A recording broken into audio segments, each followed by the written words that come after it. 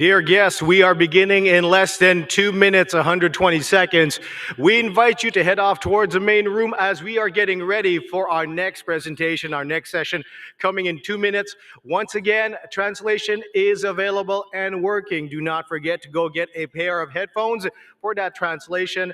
And please invite your colleagues to come and join us as we are beginning in 2 minutes.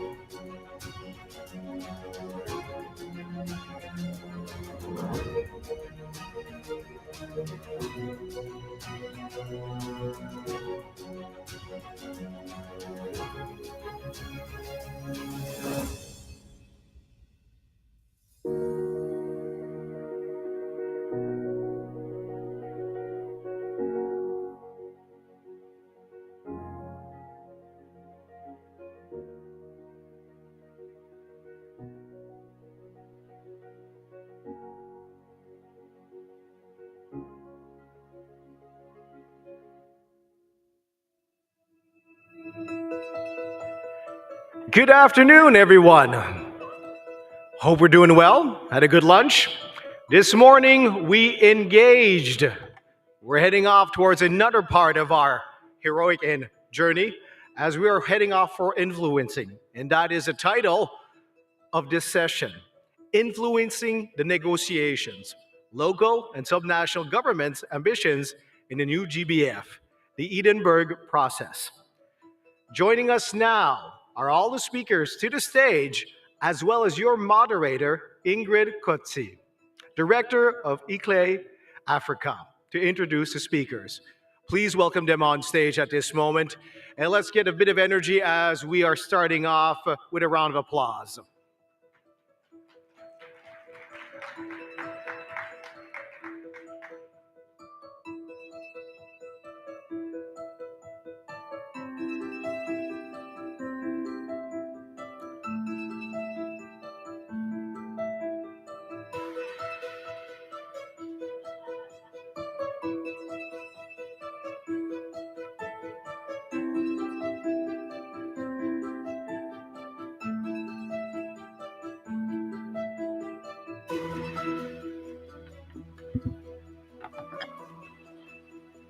Thank you very much, Master of Ceremonies. I have all my speakers here. We are in what we call in my country the graveyard session. So I hope that the energy of our Master of Ceremonies is going to do the magic. I certainly know that our speakers here today are going to really waken everybody up. And I just want to say that with this session where we're looking at influencing the negotiations, I want to start off by recognizing the important role that the Scottish government has played in hosting the Edinburgh process, and specifically also in partnering with various organizations, including the Secretariat of the Convention on Biological Diversity, ICLE, my own organization, Regions 4, one of our partners, and then also importantly several subnational governments, for example, the government of Quebec, Sao Paulo, and Wales. And especially I want to thank and recognize the support that we've had from the various highest levels of the CBD Secretariat to make all of this possible. And we've seen that we've had a presence of her Executive Secretary in our opening ceremony here today. So the Edinburgh process, which has been run over several years, and partly because of COVID, we had to do it online, but it basically produced the Edinburgh Declaration. And the Edinburgh Declaration is a declaration of the political ambition that came out of this consultative process to express the ambition of cities and subnational governments around the global biodiversity framework. Then also it's necessary to say that that ambition that was captured in the Edinburgh Declaration is reflected in various parts of the global biodiversity framework, in several of the decisions that are currently under negotiation, But the most important is that it is captured in a renewed decision and a plan of action under item 16B on the engagement of subnational and local governments to enhance the implementation of the GBF. We heard really good news sometime this week that a conference room paper has been prepared, and we look forward to it being discussed, hopefully on Tuesday, and to its full and unrestricted adoption by the parties. And we are very honored here today to have with us one of the co-chairs of the Global Biodiversity Framework. We know that he's extremely busy, so the fact that he's here taking time out to be with our constituency must be an indication how important they value the contribution of subnational governments. Basil van Haaf, I'm handing over to you. He's going to share his insights and also talk a little bit about the role of subnational and local governments. Thank you. Thank you. I'm going to go to the podium. I'm more of a gesturing type of person, so I'll keep you awake.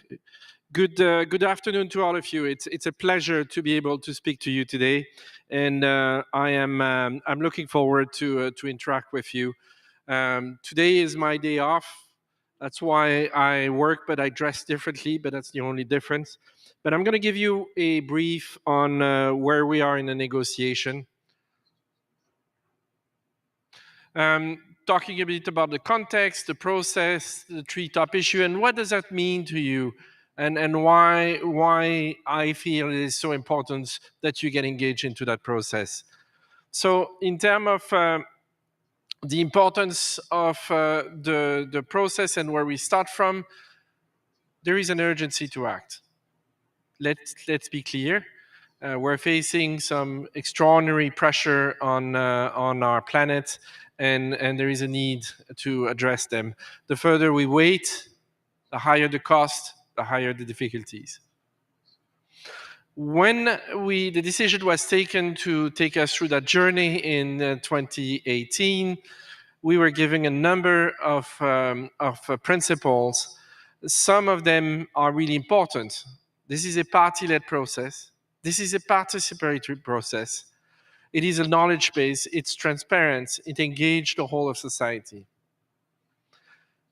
And more important, this is a framework for all. One of the diagnostics from the Aichi system was it was seen to be a framework for Ministry of the Environment.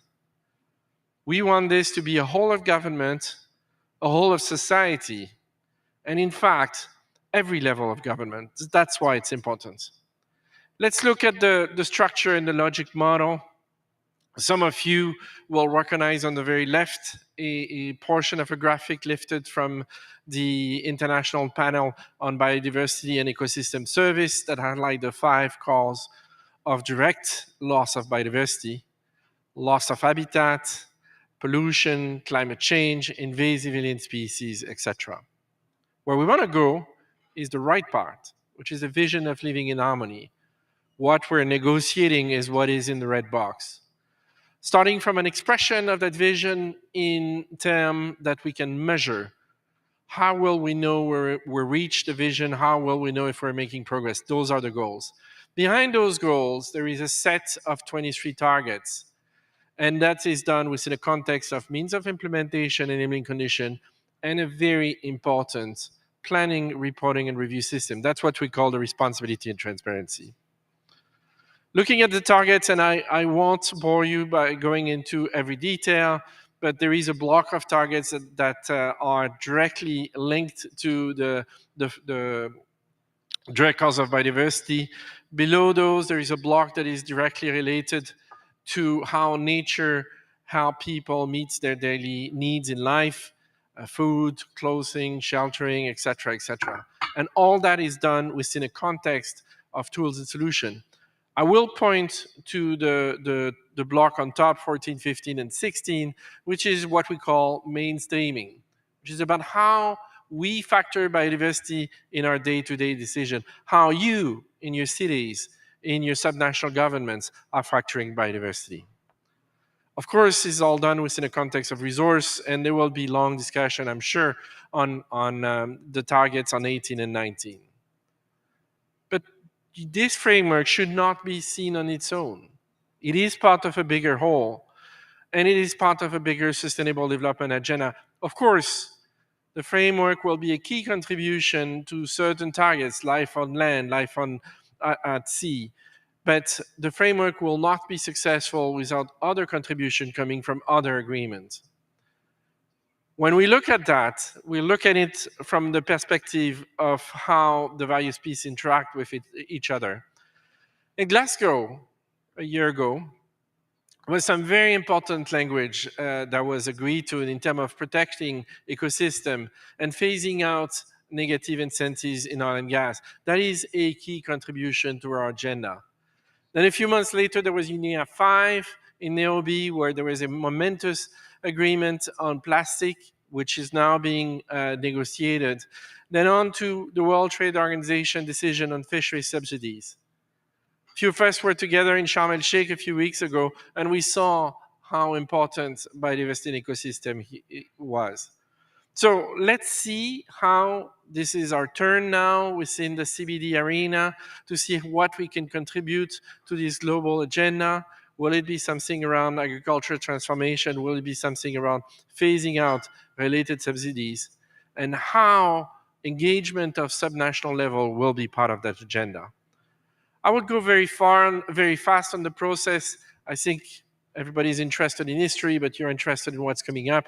Just to say that we've been working for close to 4 years, and we're now at the very end of the process. We're now in the time where we're going to be finalizing the negotiation, preparing them for ministers, and then engaging ministers and working with them in terms of where we are. More precisely, in terms of where we are, we met this year twice in Geneva and Nairobi. Those were difficult meetings. Progress was slow.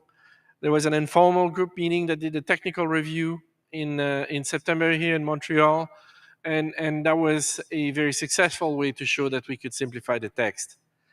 Then last week, we started our meeting here, and we spent 3 days to work through the text with limited success. We agreed on 5 clean targets out of 23. We had one clean section, but that was not the kind of progress we were looking for. However, over the last few days, Francis and I have seen a significant amount of progress. People are now working together. We're dropping 60, 70, 75% of the bracket on each of the sections we're working our way through. I am confident with the continued engagement of negotiators that we can make it. There is a huge amount of work, but we can do it. And then we can be proud of delivering a package we can work with. At the end of the day, we see 3 packages being worked together. One package is around the ambition, how far we will want to go, what will be the numerical aspect. But that will move in tandem with 2 other aspects. One on transparency and responsibility, and how we'll be setting the system to ensure that we know we're making progress, and we know those progress are helping getting to the result we want. And obviously with resource mobilization and capacity building. Let's turn to your role, and that's my last slide, and I hope I'm not going over time. You play a critical role. Subnational government play a critical role in the implementation, and that's why I've been very determined in making sure that there is an appropriate place for subnational government in this document. In the majority of the decision on natural resources, on land use, on the way we occupy the territory rests with local governments. We encourage you to continue to liaise with your government, engage with them, We want to keep, I think it would be, it's not for me to say that, but I think it would be advantageous for all to keep a direct reference to the Edinburgh Declaration in the framework. I am quite confident about that, but let's work on it. And then clearly your engagement over the next few days in preparing and working will be tremendous and very important. So, colleagues, this completes my presentation.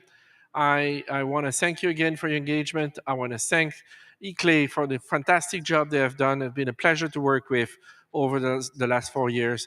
And I'm looking forward to that point where we'll be celebrating a new place for subnational government in the GBF. Thank you very much.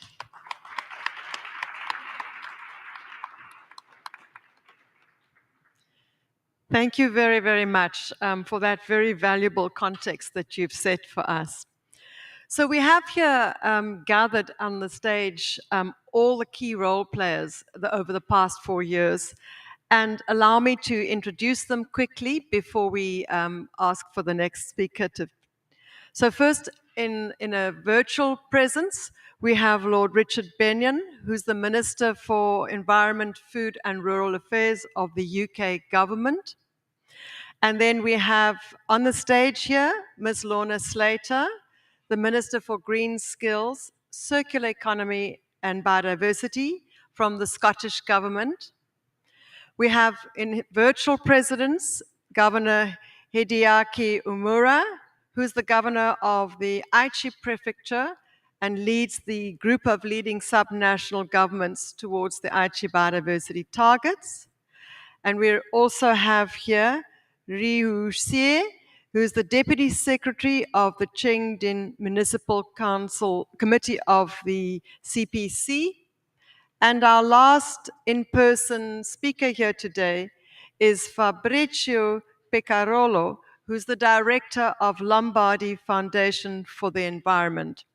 So with this, I'm going to ask the technicians to play the recorded message from Lord Richard Benyon, please.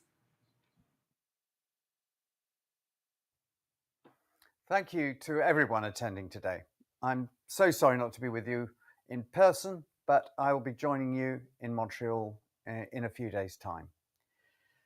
We know that biodiversity loss is a global problem, and we know that it needs action at all levels of society. But the solutions will and must be local. There's no getting away from the scale of the challenge we face. And of course, the challenge looks different for each of us, which is why utilizing local knowledge and expertise is so important. So subnational, regional and local governments and cities will have a vital role to play in the implementation of this new framework, and indeed the mainstreaming of biodiversity across society. Much of the critical biodiversity legislation across the world is adopted and enacted at the subnational or local level, from projects to create biodiverse havens in cities to conservation by indigenous communities around the world. We rely so heavily on the knowledge and expertise of those working at local and regional levels. You're in the front line of this fight.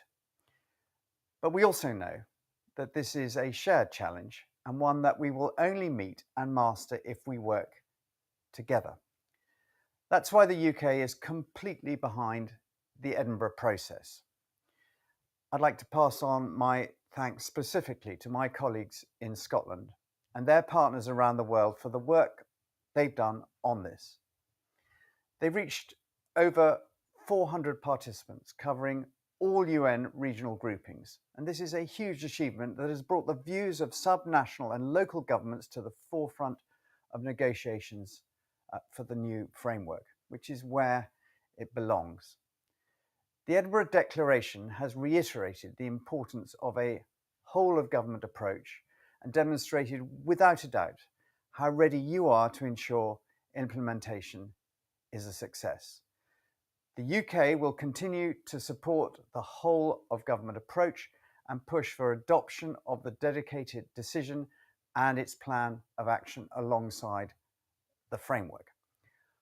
Whatever comes out of these negotiations, however ambitious, it must be matched by a relentless focus on delivery. And this is an area where subnational, regional, and local governments will shine. The Global Biodiversity Framework will set the rules for the game, but you, as the players, will deliver the result. Your voices and your interventions will be crucial for ensuring that this is not just a framework, but the catalyst we so desperately need. The moment is here and now. Let's make it count. Thank you. Thank you very much. And it's with a real special feeling now that I invite Minister Lorna Slater to, and we asked her 3 questions. What inspired your government to host the Edinburgh process, and why was it important for you?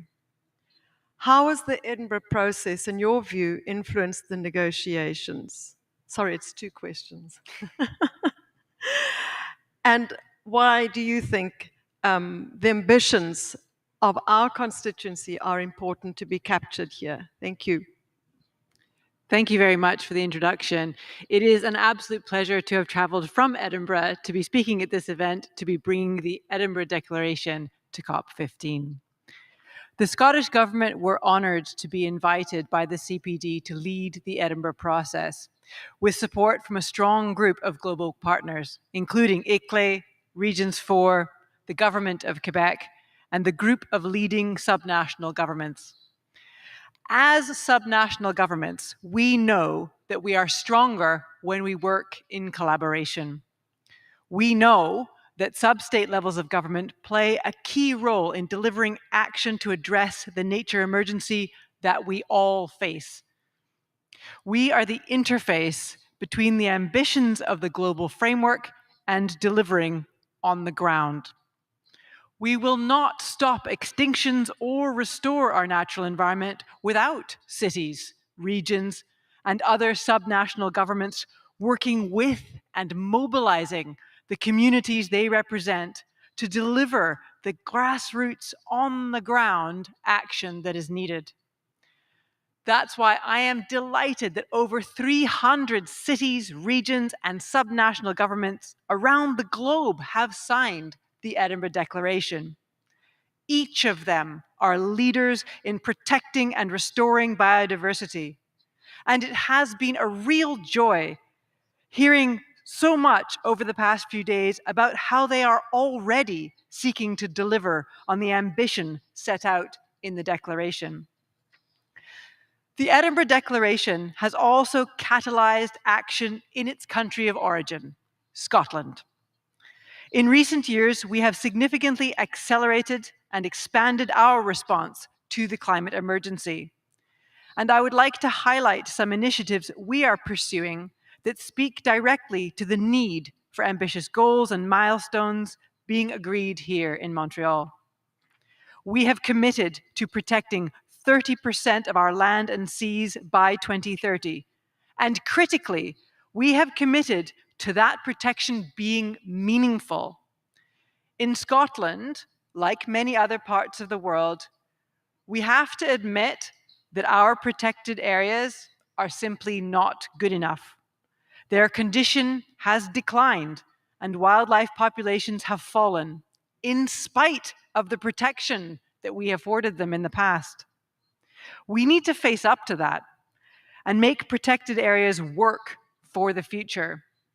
For example, we are now developing a new network of highly protected marine areas at sea, which will be zones entirely dedicated to nature protection and restoration.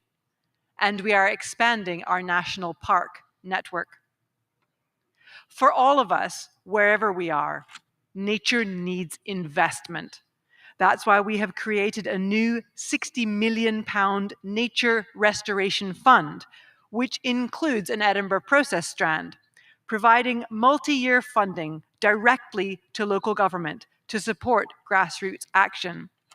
Using this funding, local authorities can decide what is needed most in their areas, whether it is removal of invasive species, slowing the flow of rivers by restoring floodplains, riparian planting, or woodland creation. We are also working to support the growth of responsible private investment in nature, establishing principles to ensure that such investment supports and responds to local communities and delivers real, tangible gains for nature and our climate. Finally, we are developing proposals for statutory targets for nature protection and restoration to guide our efforts over the coming years and decades. We are depending on the parties here at COP15 to set ambitious targets for us to meet. There is no doubt that subnational governments need a strong global framework and action by all parties to empower us to drive forward delivery.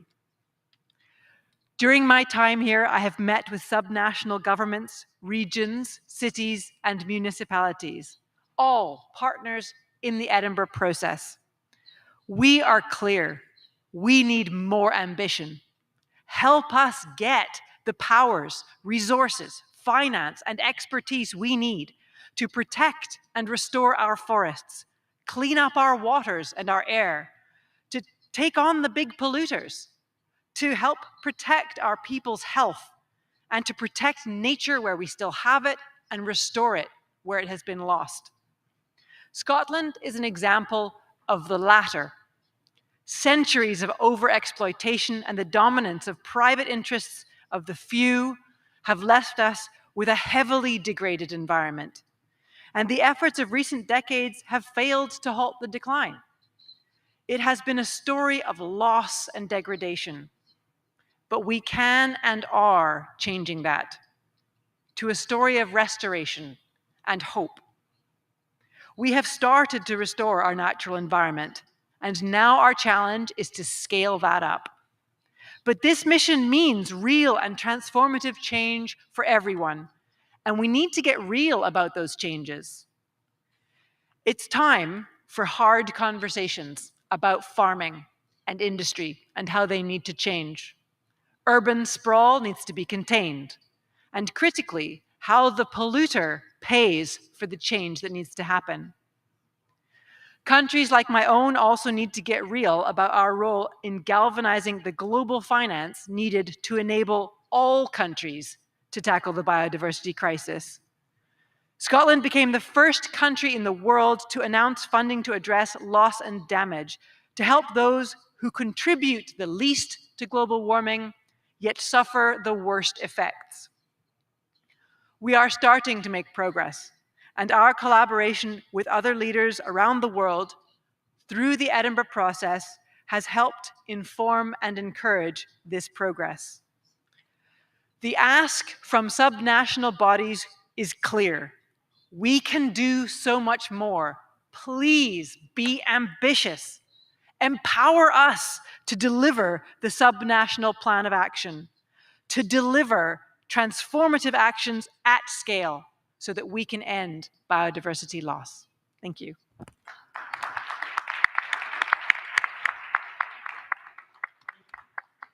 Minister Slater, thank you. I want to say, wow, that was a really powerful and inspiring message from the Scottish Government.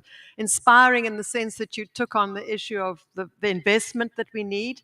Congratulations on your Nature Restoration Fund, and also on the work that you're doing with the private sector, and your strong call for greater ambition, and that we are here, we can help the parties to deliver. So thank you so much. The example that you've set as a government in leading the Edinburgh process is being pulled through all the way. Thank you.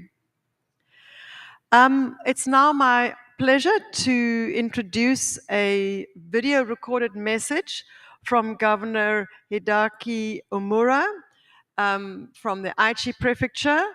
Aichi prefecture has a long history also of being involved in this process.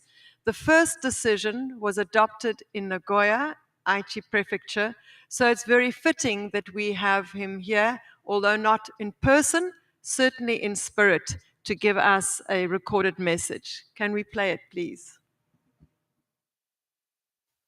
Hello everyone. I'm Hideaki Omura, Governor of Aichi Prefecture. Congratulations on holding the 7th Biodiversity Summit.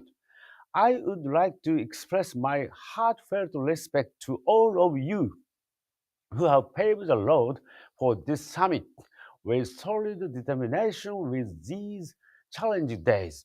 We have witnessed that every summit has had an indispensable impact on all of the COP discussions through the collective voices of subnational and local leaders. This reminds me of the adoption of our first plan of action at COP10 in Aichi. It was a moment when the summit discussion bore fruit. It's my great honor that Aichi hosted such an important summit. Since then, the plan of action has been the base of our activities, and subnational and local governments have come to play even more important roles in biodiversity conservation. This must be largely attributed to the leadership and developed efforts of the CBD Secretariat and ICRE. The Edinburgh process has made our ties even stronger. I'm confident that fruitful discussions at this 7th summit will further amplify the actions for biodiversity, pushing for the adoption of the updated plan of action and the post-2020 global biodiversity framework. Aichi has taken steps with like-minded organizations around the world. In particular, we established the group of leading subnational governments toward Aichi biodiversity targets goals in 2016 and have showcased our knowledge and experiences. In addition, we have communicated importance of mainstreaming biodiversity and full-of-government approach on the occasion of each COP. As a proud namesake of the Aichi targets, we will remain committed to contributing to the global framework based on the new plan of action. We will contribute to influencing the engagement and actions by showcasing our practical experience through international platforms such as Regions with Nature and Cities with Nature. Together with the Edinburgh Process partners, we can take the lead in championing innovative policies and influencing global discussions to scale up actions at all levels of government and to drive the transformative change. Thank you. Thank you very much.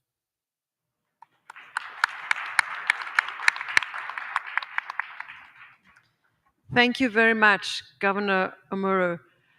And I'm glad he made a reference to the online platforms, Cities with Nature and Regions with Nature. For those of you who are not aware, both of these platforms are recognized in the Plan of Action as being the place where cities, subnational governments, other local authorities, municipalities can report on their commitments towards contributing to the global and their country's biodiversity targets, and also to track the progress. And I'm really hoping that we are going to get many more commitments made on this platform, including those amazing ones that we heard now from the Scottish Government.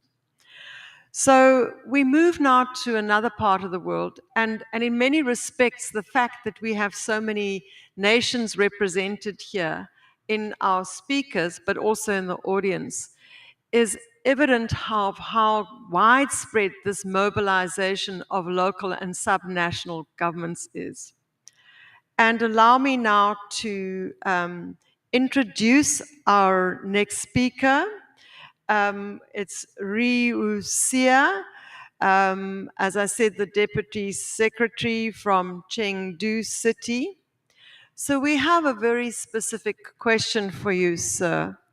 We would like to recognize that you are a mega city in Western China, and your national central city is famous as being known as the Panda Capital and for its Park City initiative.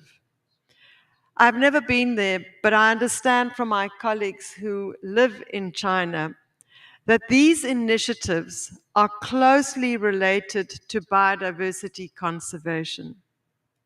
I would like to ask you, please, to introduce your city Chengdu's key actions and the achievements. And as the next step, could you tell us and the audience how Chengdu will promote the Chengdu Park City Initiative through biodiversity conservation? Thank you. The floor is yours.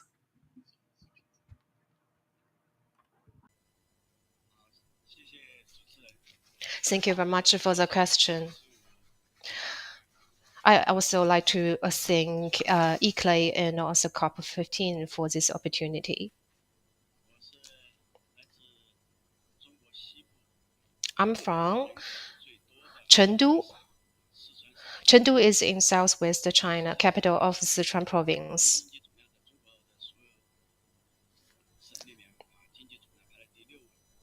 And the Sichuan province ranks 7, and Chengdu ranks 7th in China in terms of GDP. And I'm one of the leading group for the city government. The population of the city Chengdu reached 21 million and the regional GDP $285.4 billion in 2021. Its area is 14,335 square kilometers.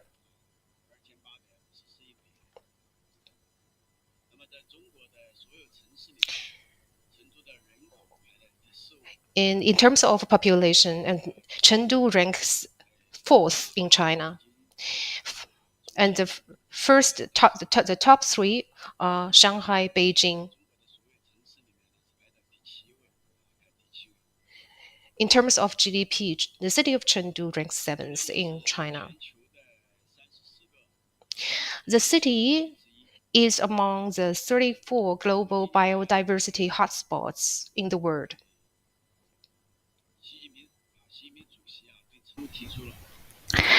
President Xi Jinping proposed that Chengdu should consider ecosystems in its urban development. Chengdu should be a demonstration zone for the new growth concept of China. Our city has incorporated biodiversity protection into our urban development. We have carried out the following actions. First, we have developed biodiversity conservation policies and legislation. We've introduced a dozen regulations and law related to protecting biodiversity. We've also introduced park city management rules for Chengdu. We have introduced a comprehensive natural resource management regulations.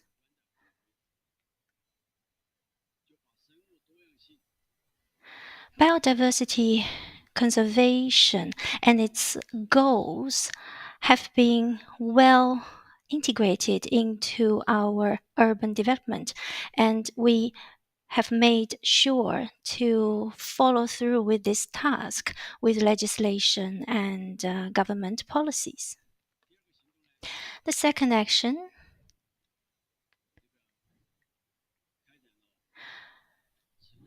we develop top-level design for biodiversity conservation.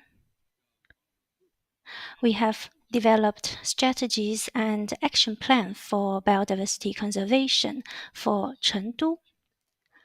These plans include concrete conservation goals, and all of these content have been incorporated into Chengdu's 14th five-year general plan. In this way, we make sure that projects under the framework of biodiversity conservation would receive sufficient government funding. With these plans, we can allocate fiscal resources to biodiversity-related projects.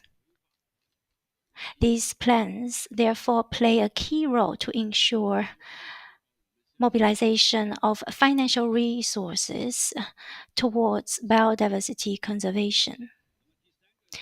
Third action, we made every effort to improve our environment. Over the past years,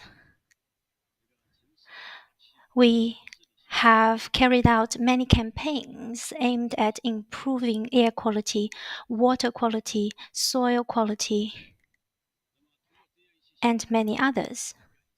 These projects improve the environment and help protect biodiversity.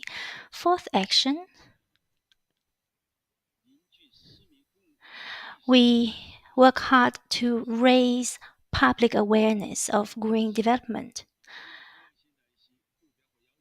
Biodiversity goals have been well communicated with communities in Chengdu. The government of Chengdu also supported the establishment of several civil groups. Some groups focus on bird watching and protecting their habitats. These all receive government support. We also provide them with funding. And in this example, the group has conducted many bird protection activities. We utilize the tool of internet to introduce a carbon emission reduction application. This application encourages companies in Chengdu to reduce their carbon emissions. These are several examples of our local actions. We have achieved good results in protecting biodiversity. We see in Chengdu the endangered species have become well under protection. Take giant panda as an example. We have established the world's largest base for giant panda breeding and research. And this science base adopted 6 sick wild pandas from the forest. And after 30 years of work, we have increased the population of giant panda on our base from this original 6 to several hundred. This has greatly protected the giant panda populations. We also do the same in the area of plant species protection. We have well protected several endangered species. And we do the same for fish. As we improve the water quality in Chengdu, we see a significant increase in the diversity of fish species in our rivers and lakes.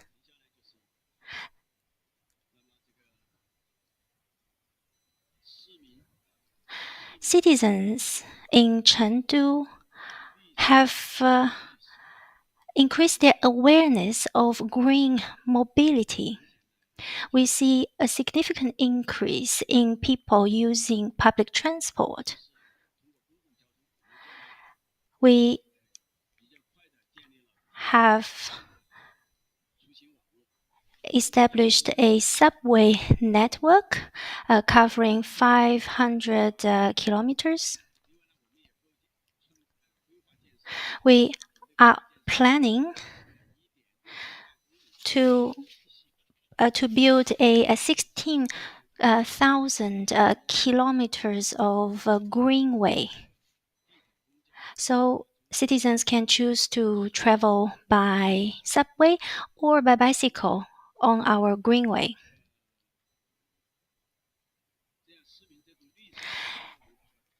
These are positive developments.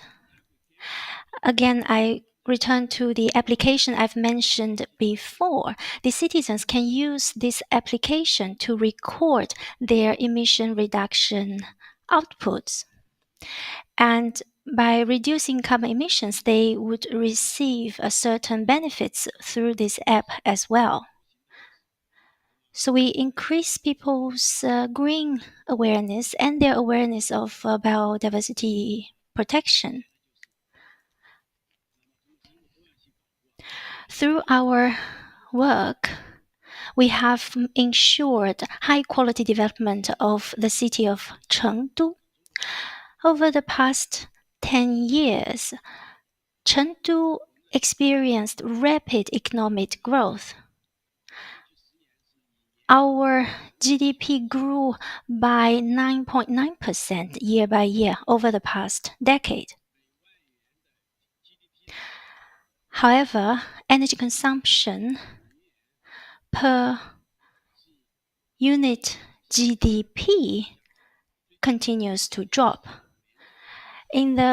Especially in the past 5 years, we've significantly reduced the energy emissions required for economic growth. And we have slowed our carbon dioxide emissions.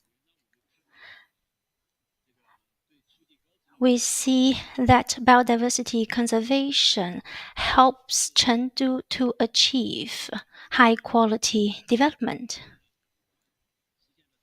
It brings extra advantage. As a next step plan,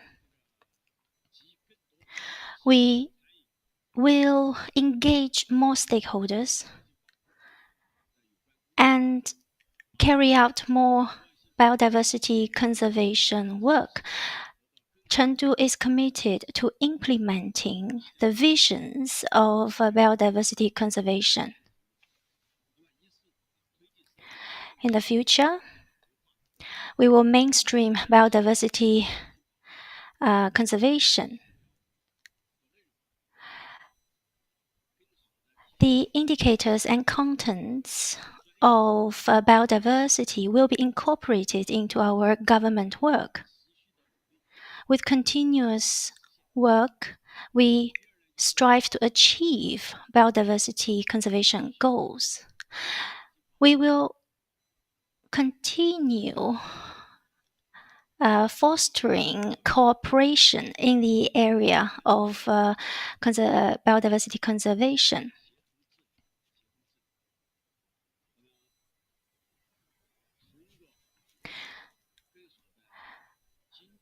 Through economic incentives and regulations, we aim to innovate the transformation of ecological values. We also aim to further engage citizens in the process. We will encourage more public discussion on how we can better preserve biodiversity and forge economic growth in harmony with this area of work. We look forward to further international cooperation. We have established sound partnerships with many countries and many cities around the world. We hope that in the future we will continue our cooperation and work effectively with international institutions and other cities. Let us work together to explore multiple pathways towards biodiversity conservation. I hope that our joint efforts could contribute to the biodiversity work worldwide. Thank you. That's all from my side.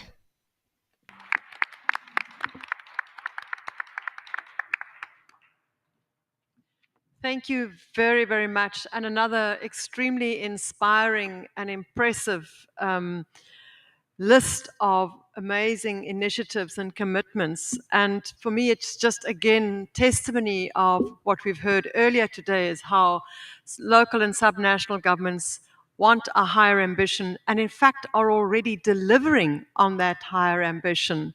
I also like the emphasis on partnerships, cooperation, again, the topic of finances and resources coming out. And I can see here that from the examples that we're getting this afternoon, how there are so many opportunities for other cities learning from Chengdu and hopefully also collaboration. And this is really a great example of how we've influenced these negotiations in very practical ways to show that we mean business and that we mean to act on the increased and higher level of ambition. Thank you so much, Deputy Secretary. So now we go to yet another part of the world. And this time it's my great pleasure to invite the director of Lombardi Foundation for the Environment, Mr. Fabrizio Piccarolo, to reflect and to say a few words on what, from his region's perspective, the importance of participation in the Edinburgh process was, and how Lombardy region's ambitions were reflected in this process, as well as in the Edinburgh Declaration. And finally, to just reflect briefly on what you gained as a region from participating in the Edinburgh process in influencing negotiations. Thank you so much. Over to you, Fabrizio. Thank you. Good afternoon, everyone, and thank you for inviting us. Thank you to Regions 4, ICLEI, and all the partners for inviting us at this session of the summit. I bring you also the greetings of our Minister for Environment and Climate, Raffaele Cattaneo, who cannot be here today with us. Although Lombardy is one of the most industrialized and urbanized regions in Europe, its territorial planning has always taken into account the goals of biodiversity protection as a priority. An extensive system of protected areas has developed covering the 25% of the Lombardy territory, which today includes 1 national parks, 23 regional parks, 3 natural national reserves, and 74 natural regional reserves. The regional ecological network to set of green corridors that connects all the regional protected areas is defined by law as a priority infrastructure in the regional territorial plan. And we are now approving the new regional biodiversity strategy that defines the goals of the next decade. But despite the commitment to preserve biodiversity is really huge, the risk of causing irreversible damages to biodiversity is very high today. Fragmentation of habitats, deforestation, climate change, high level of pollution, spread invasive alien species are the main reason behind the ecological crisis. That's why Lombardy region signed the Edinburgh Declaration to contribute to build together a strong post-2020 plan and to enhance the role and the policies of subnational government. We want to go on to learn one by each other. and the Edinburgh Declaration is a great opportunity of dialogue, of growth, of enforcement of biodiversity regional policies. In the programming, the strategy of Lombardy region, we are working on 6 policies that could be possible tools and suggestions for a common work among regions and could contribute to implement our work within the partnership of Edinburgh Declaration. The first point is to include biodiversity protection in a cross-sectorial policy decision at all levels, in agriculture, in livestock, in national recovery plans, in energy and transport policies, in urban planning, etc. The second point is to encourage the creation of public and private alliances for the protection of natural capital. Every year, Lombardy region launch a fund for financing public and private partnership aimed at biodiversity conservation intervention.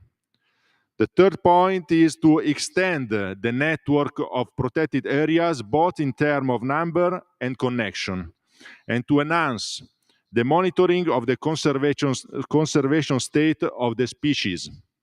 Lombardy has an observatory since 2011 for monitoring biodiversity, collecting data, and informing citizens and policymakers. The fourth point is to reduce the number of invasive alien species through the drafting and application of special strategies for the control and management of alien species. Lombardy has developed a strategy on invasive alien species and has nominated a task force of experts to monitor the interventions. The fifth point is to address socio-environmental challenges such as climate change, water risk, water pollution, food security, human health, and disaster risk through the application of nature-based solutions. The sixth and last point is to increase the protection of wildlife by fighting illegal wildlife trade through the application of more restrictive measures of the Washington Convention on International Trade in Species of Wild Fauna and Flora. Ladies and gentlemen, the air we breathe, the water we drink, the food we eat, our physical and spiritual well-being depend on the proper functioning of ecosystems. Pope Francis reminds us that every year thousands of plant and animal species disappear that we can no longer know and that our children will not be able to see. They are lost forever. We feel urgent to recognize with affection and admiration the value of every creature and that all of us, created beings, need one another. This is the only way to build a shared future for all life on Earth. We are here together once again to walk a common path to stop this process of biodiversity loss and to protect nature. Thank you.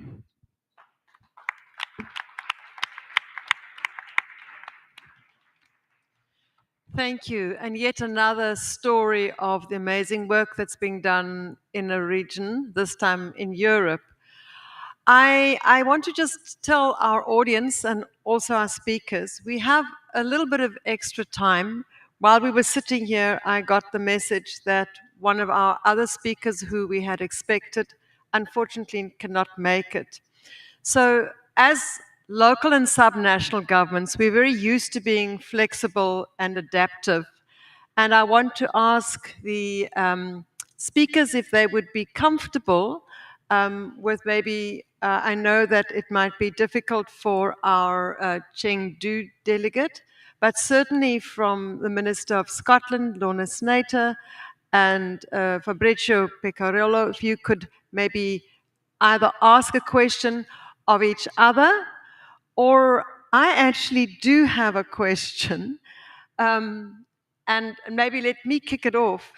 And that relates to the fact that we are, as we heard earlier, hopefully going to get a new decision that has a whole lot more ambition in. And my question to you as representatives of subnational governments is, what is your plan to implement that new decision? It has issues around, or aspects around strategies and action plans.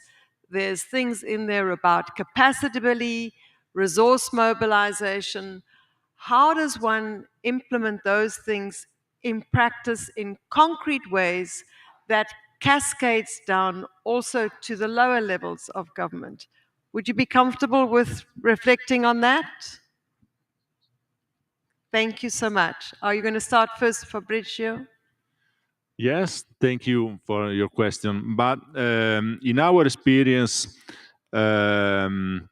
we see that one of the most important tool to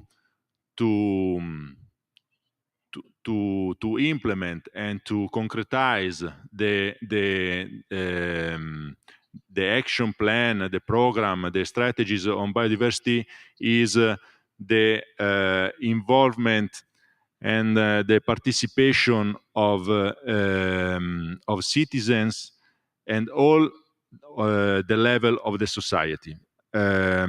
We believe that without a right awareness, without a consciousness, without a knowledge by all the level of society and by all the citizens, starting from school to high school, to universities, and so on, all our efforts should be less efficient than how much it could be. So we are programming, we are put in action a program in the same time of the strategy of biodiversity. We have a program to involve schools in education, environmental education. We have the observatory that I told before, that has this role of spread knowledge and data and information to all the citizens. So we feel that people has to be participating to our policies, and we feel that without this tool, the action on biodiversity is, as I said, less efficient than it could be.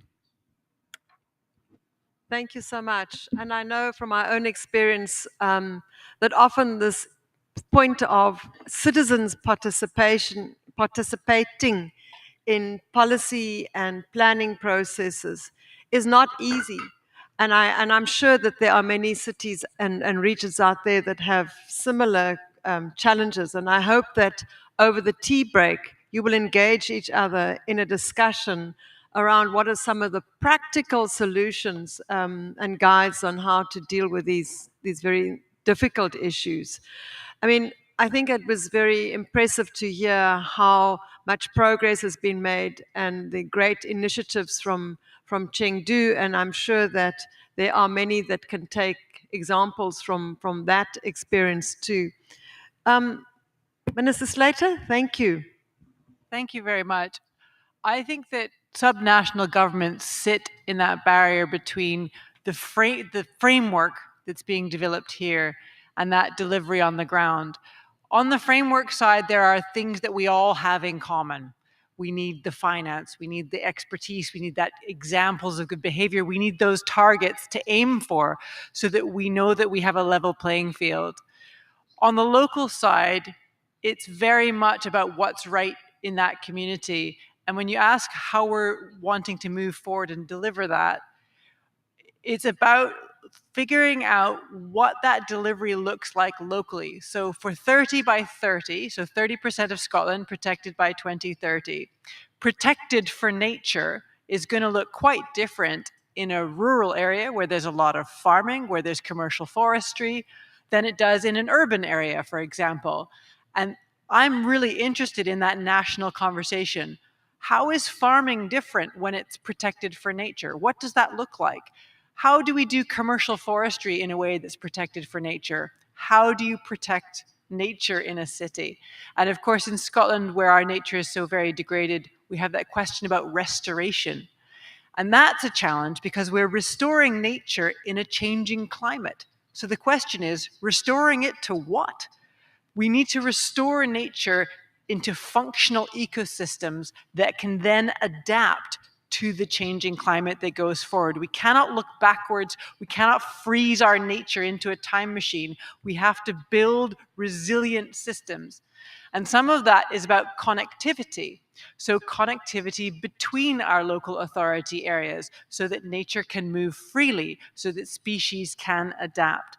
And those are the kind of conversations that we are having in Scotland, and how I'd like to join that local level. What does nature look like for you, your business, your backyard, to the ambitious targets that we're very much hoping the parties will set for us to give us all something to aim at and a future we'd like to build.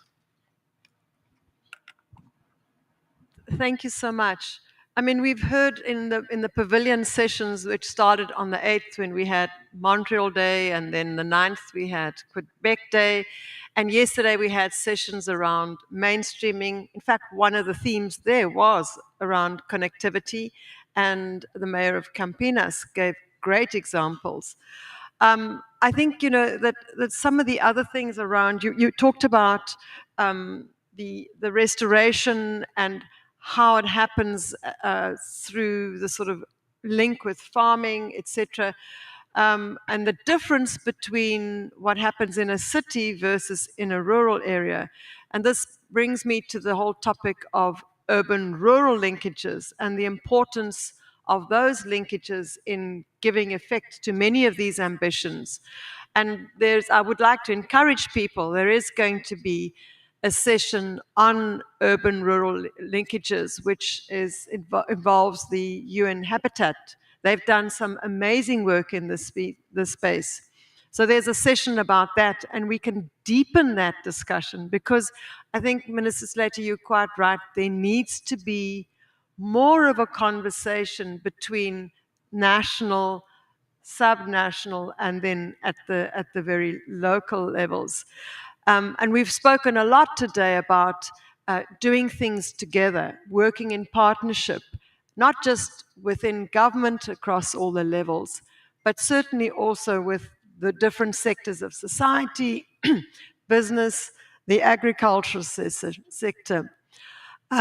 The other one for me that really stands out is this point about finance, getting more investment into our cities, into our regions and our territories, and whether this is in the form of different types of financial instruments, more investment, whether it's about how we structure our budgets and prioritize our budgets differently.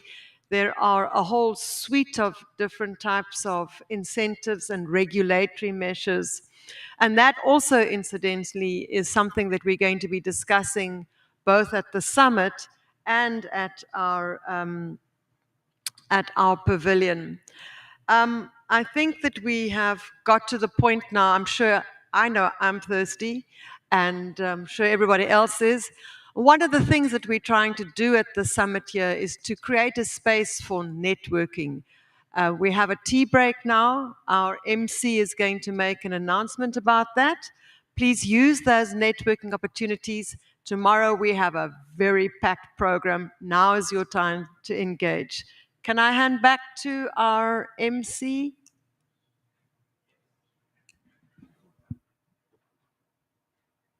Maybe I just want to say one last thing to my amazing speakers. all of you, thank you so much for sharing your valuable wisdom and information and for being so adaptable and flexible. Really enjoyed this, and I hope you enjoy this summit too with us. Thank you.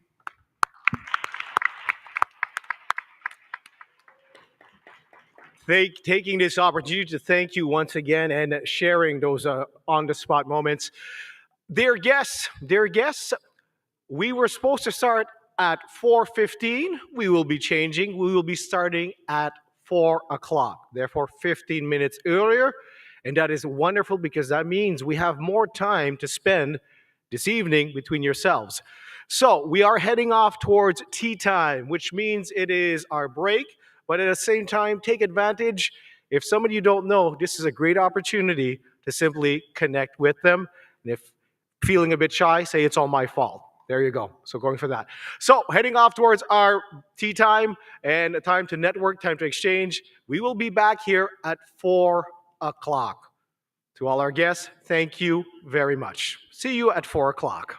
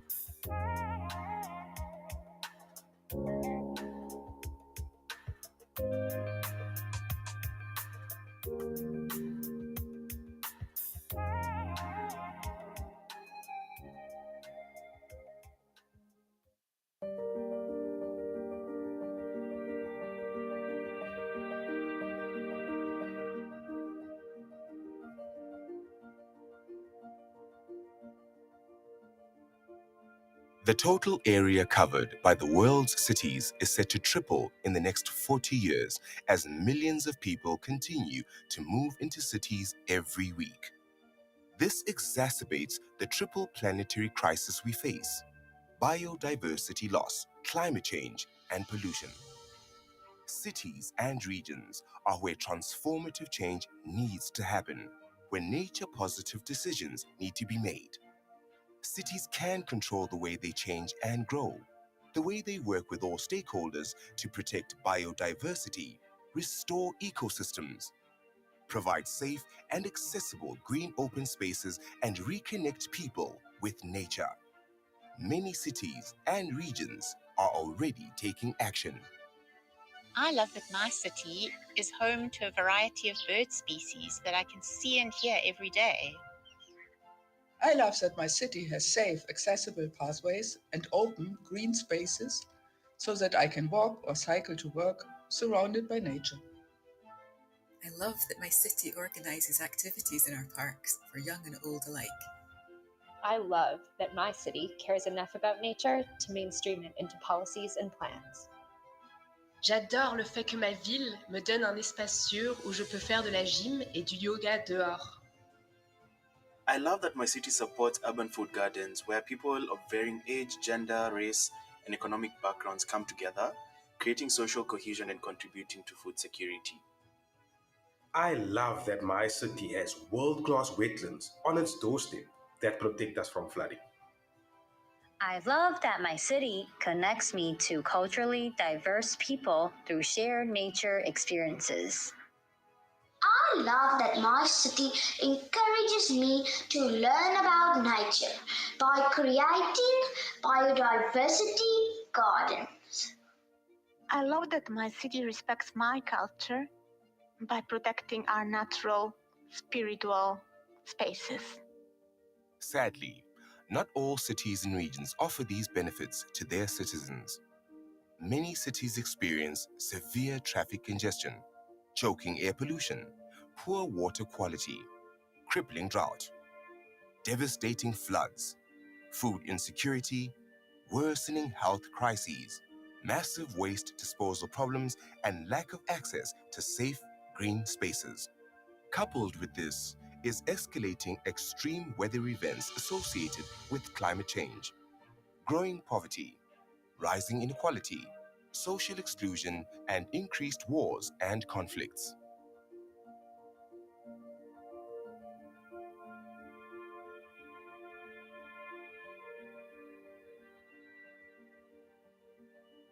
The city I want respects and protects nature.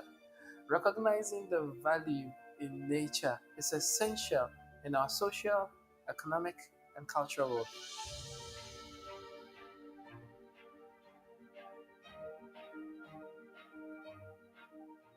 Tient l'engagement significatif des jeunes générations dans la prise de décision, tout en garantissant l'inclusion de la biodiversité dans la planification urbaine.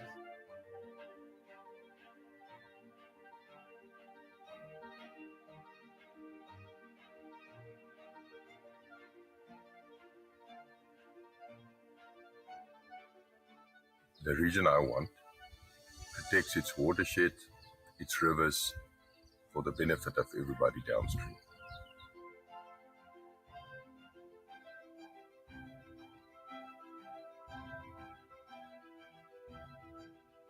The city I want provides green, clean, safe, and accessible open spaces for everyone, for old and young, to enjoy.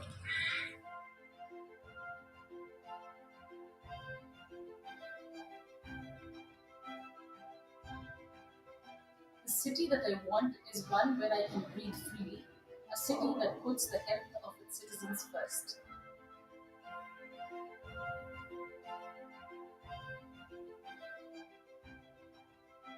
I want cities that invest in planting trees, green roofs, and green walls to cool the city. It is within cities and regions that daily decisions are made that directly and often irreversibly impact nature and people. Our planet can no longer support the misuse and mismanagement of our natural resources. The loss of biodiversity across the globe is inextricably linked to the acceleration of climate crisis and the degradation of ecosystems we rely on to help sustain our communities and way of life. We need to take bold action now. No city or region can afford to take nature for granted, nor make any decision that is not nature positive. We need to make peace with nature now and set the world on a new trajectory, one in which people are reconnected with nature, one in which nature is truly valued for its contributions to our lives, one in which cities and regions take bold action to create a more equitable and sustainable urban future. Right here, right now, at this historic moment for our planet, you need to rise to the challenge and take action for biodiversity. Join Cities with Nature and Regions with Nature now to reshape our future together.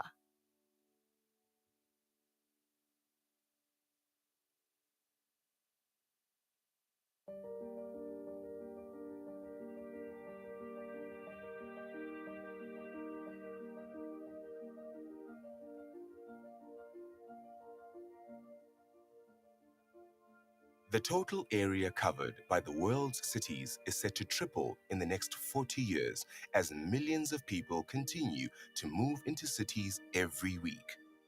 This exacerbates the triple planetary crisis we face: biodiversity loss, climate change, and pollution. Cities and regions are where transformative change needs to happen, where nature-positive decisions need to be made. Cities can control the way they change and grow, the way they work with all stakeholders to protect biodiversity, restore ecosystems, provide safe and accessible green open spaces, and reconnect people with nature. Many cities and regions are already taking action. I love that my city is home to a variety of bird species that I can see and hear every day. I love that my city has safe, accessible pathways and open, green spaces so that I can walk or cycle to work surrounded by nature. I love that my city organizes activities in our parks for young and old alike. I love that my city cares enough about nature to mainstream it into policies and plans. J'adore le fait que ma ville me donne un espace sûr où je peux faire de la gym et du yoga dehors. I love that my city supports urban food gardens where people of varying age, gender, race, and economic backgrounds come together, creating social cohesion and contributing to food security. I love that my city has world-class wetlands on its doorstep that protect us from flooding. I love that my city connects me to culturally diverse people through shared nature experiences. I love that my city encourages me to learn about nature by creating biodiversity gardens. I love that my city respects my culture by protecting our natural, spiritual spaces. Sadly, not all cities and regions offer these benefits to their citizens. Many cities experience severe traffic congestion, choking air pollution, poor water quality, crippling drought, devastating floods, food insecurity, worsening health crises, massive waste disposal problems, and lack of access to safe green spaces. Coupled with this is escalating extreme weather events associated with climate change, growing poverty, rising inequality, social exclusion, and increased wars and conflicts.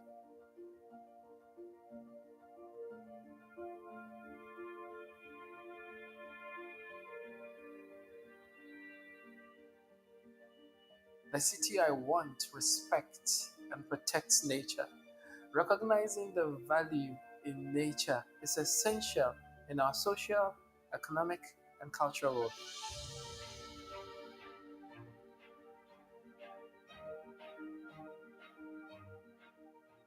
Tient l'engagement significatif des jeunes générations dans la prise de décision, tout en garantissant l'inclusion de la biodiversité dans la planification urbaine.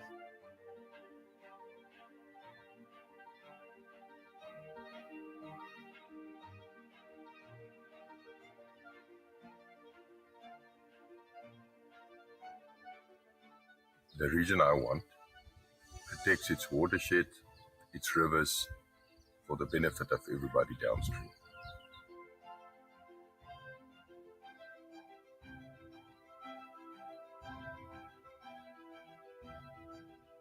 The city I want provides green, clean, safe, and accessible open spaces for everyone, for old and young, to enjoy.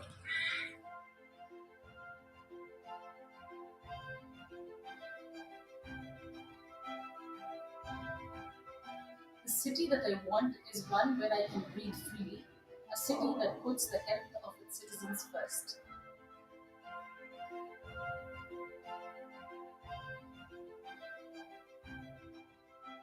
I want cities that invests in planting trees, green roofs, and green walls to cool the city. It is within cities and regions that daily decisions are made that directly and often irreversibly impact nature and people. Our planet can no longer support the misuse and mismanagement of our natural resources. The loss of biodiversity across the globe is inextricably linked to the acceleration of climate crisis and the degradation of ecosystems we rely on to help sustain our communities and way of life. We need to take bold action now. No city or region can afford to take nature for granted, nor make any decision that is not nature positive. We need to make peace with nature now and set the world on a new trajectory, one in which people are reconnected with nature, one in which nature is truly valued for its contributions to our lives, one in which cities and regions take bold action to create a more equitable and sustainable urban future. Right here, right now, at this historic moment for our planet, you need to rise to the challenge and take action for biodiversity. Join cities with nature and regions with nature now to reshape our future together.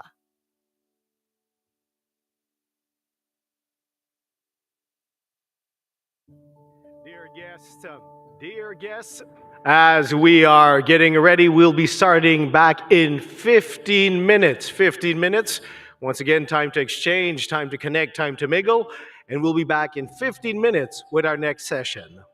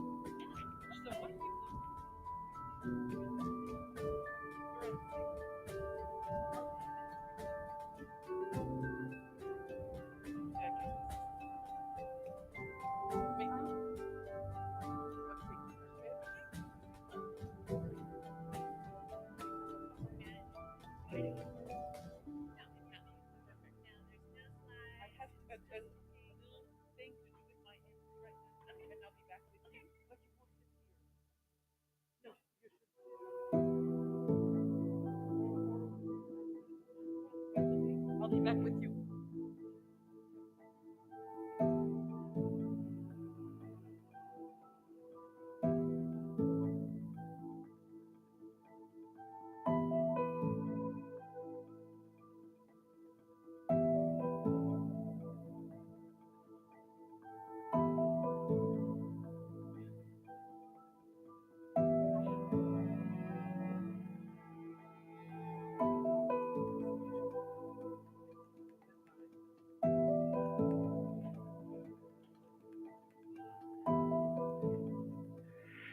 Dear, dear guests, we are continuing our countdown. Less than 10 minutes, we'll be having our next session. Once again, less than 10 minutes. Always an opportunity to mingle, to chat, and to exchange. 10 minutes is our countdown for our next session.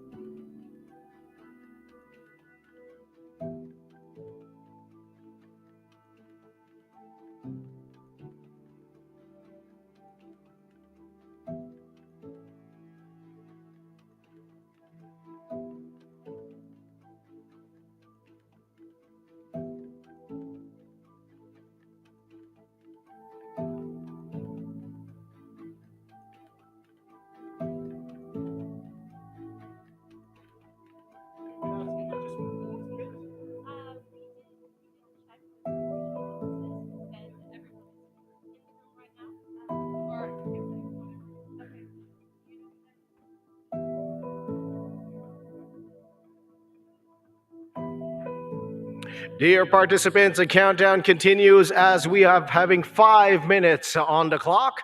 5 minutes, we'll be starting our next session. Once again, 5 minutes, our next session. Invite your colleagues to come and join us back. 5 minutes will be our next session.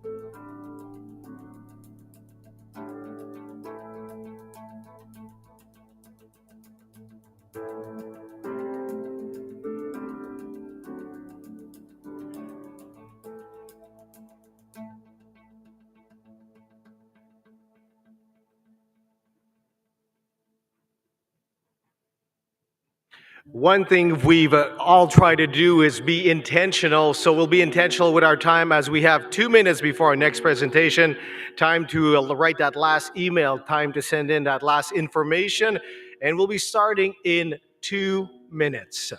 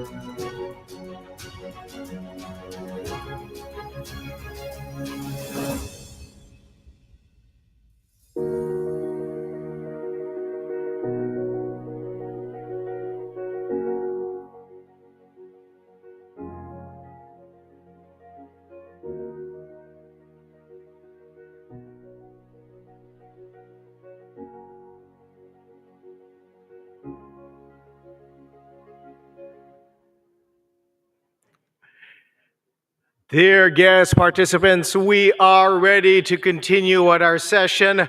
Just before we begin, do something, you can do it subtly as well. Take a deep breath. Taking a deep breath just reoxygenizes as we are getting ready for our next segment. Next segment, once again, we're talking about influencing, and our title of this segment is Cities and Subnational Governments as Agents of Change. New ideas and influencing transformative change to support the GBF at the local and landscape level.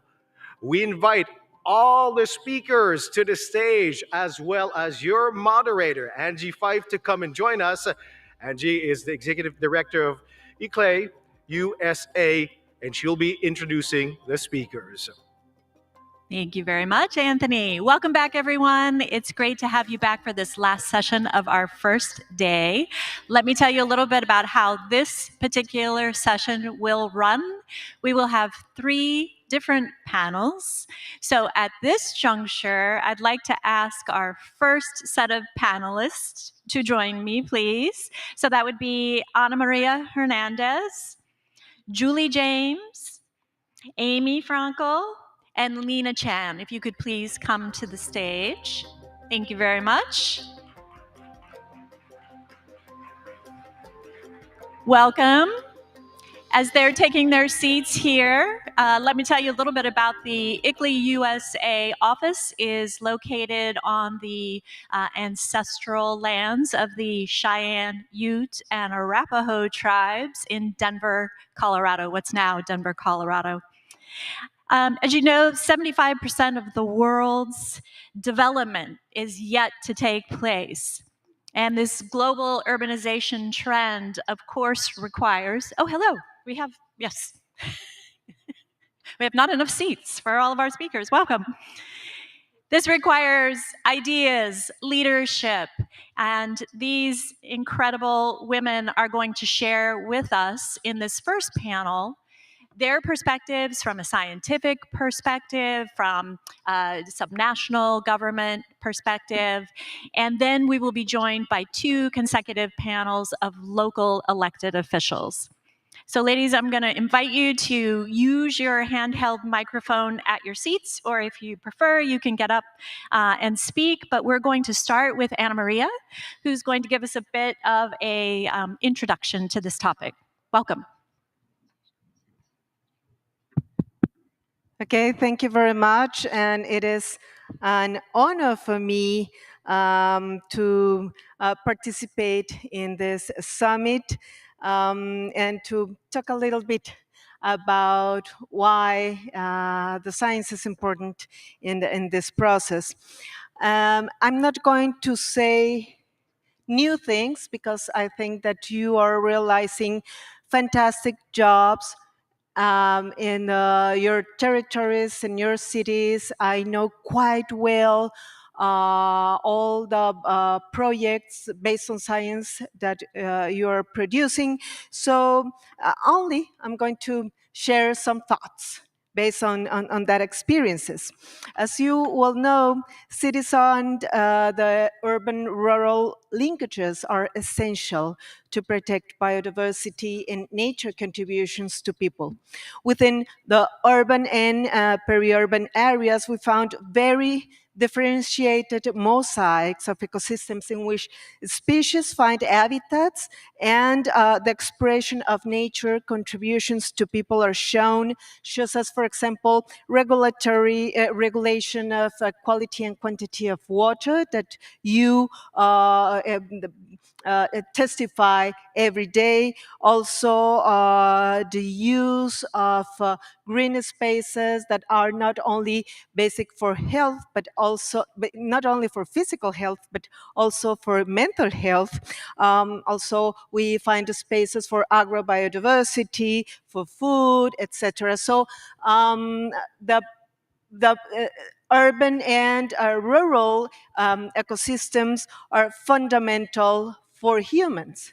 But in the other way, of course, humans are depending on that nature and the contributions that they provide. So their relation between nature and humans in the local and rural areas are in both ways. In that way, in that sense, is in the territories where we find the main situations that we have to address. And that situations can be problematic or can be positive. So we can find conflicts, we can find a lot of problems, we can find impacts that can be positive or negative, but also we can find very positive ways to find solutions to those problems. Nevertheless, of course, when we are talking about cities, about urban or occupied territories, human-occupied territories, we also have to take into consideration that our relation with nature depends on our behaviors and our societal values as humans. And sometimes those behaviors and values are aligned with the respect of environment, and other times they're not aligned. So we have seen in our IPBES assessments that these societal behaviors and values are maybe or can be or can produce the causes of biodiversity loss, the root causes of biodiversity loss sometimes. And for the local and subnational governments, that is crucial because in your territories you have to deal with criminal behaviors, with conflicts, with economic distresses, etc., and that are rooted in societal and cultural processes, and that can cause biodiversity loss. So your role is crucial as government, as local and subnational governments, to co-build the knowledge needed to tackle biodiversity loss and to propose actions based on science to address effectively these direct and indirect drivers of change. But this huge task is not only one that have to be on the local and subnational government shoulders. It's important to understand, and you have a lot of positive examples of that, how to involve and co-create with the different sectors and actors of the society the solutions. And also, one very important thing in the cases, of course, when applies, is how to involve the different knowledge systems. So the challenge, and with this I finalize, the challenge is to translate the very ambitious, I hope, targets and goals of the Global Biodiversity Framework into the local, achievable, and impacting actions at a local level. So thank to all of you, because here you are coming with commitments to cooperate, to do networking based on science, to produce the most accurate decisions at policy, administrative, and financial level at your in your territories and within the networking that you are producing. So I just want to reaffirm that from the science perspective, we are here to support all the local and subnational efforts. Thank you. Thank you. Thank you, Anna Maria. Your role as the chair of IBIS is so critical. Thank you so much for the work that you do. I noticed that the US government referenced your guidance for decision makers, the methodology for assessment of drivers of value and valuation of nature. Congratulations on that great work that you have done. And we very much value your work, just as we value the IPCC. On the climate side, you contribute so much to what we do. Thank you so much for that. So I'm going to ask now our panelists to reflect on the comments here from Anna Maria. And I'm going to start, please, with Julie James. Julie is the Minister for Climate Change for the Welsh Government. Welcome, Julie. Thank you. Diolch yn fawr, as we say in Welsh.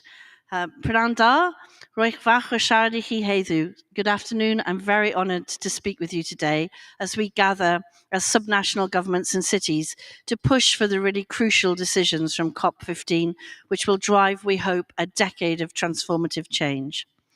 In the Welsh Government, we've long recognised the escalating nature emergency and that we, along with the rest of the UK and the world, have just not made the progress that we really need to make against the global targets to reverse the decline in our biodiversity. We are acutely aware of the challenges we face. Globally, biodiversity is still being lost at a frightening rate, and unfortunately the situation in Wales is very similar, with a rapid decline still, despite our efforts, in our most precious species and habitats.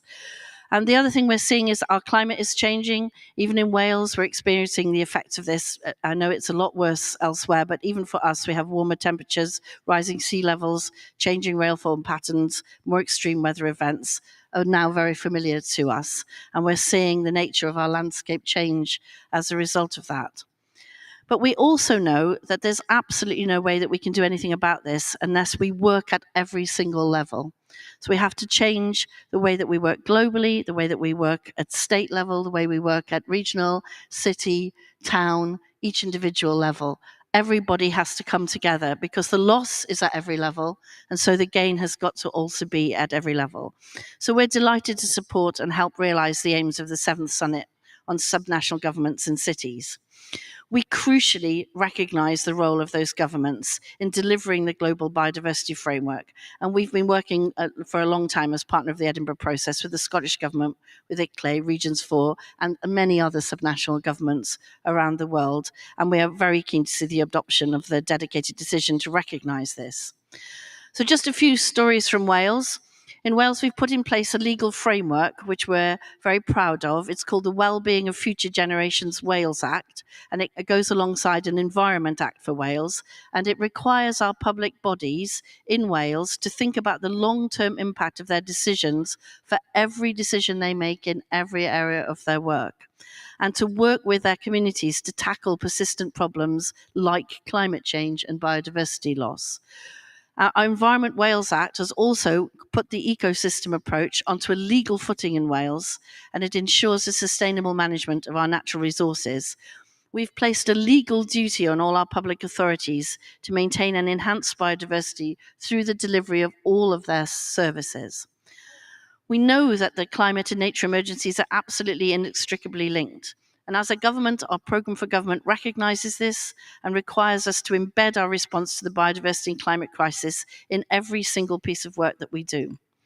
For this reason, I declared a climate and nature emergency in Wales to ensure that we drive action to tackle the crisis. We were the first nation in the UK to do both declarations.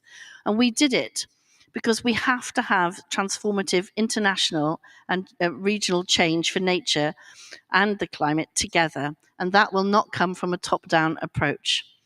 So very recently, I led what we called a deep dive on biodiversity in Wales. So we got a group of key experts together to talk to us about the really nitty-gritty of what we needed to do on the ground from the science point of view. And we also conducted a wide range of stakeholder meetings across Wales to draw our people in and to make sure that they understood what the scientists were saying to us as a government about what we needed to do, so that we can embed real deliverable 30 by 30 targets. So exactly what are we going to do in this 30% of land, exactly what are the measures, what are the protections, exactly what will be in the law, and how will this change, and why will it change. We need to take all of our people with us on this journey, or we will just not be able to do it. We call it a Team Wales approach. So everybody in Wales pulls together as a single team, and collectively we can deliver the resulting action-focused recommendations. And they will get us to 30 by 30. And our commitment is that through effective, equitable management and monitoring of all of our designated landscapes and protected sites, we will be on the path towards being nature positive. That's what we like to call it. And just as an example of that, I'm really pleased to say that I personally took through an environmental protection single-use plastic products Wales bill. It's now the law in Wales. It directly bans the use of single-use plastics in Wales. There's a long list, and the Act allows us to add more to that list as the science becomes available.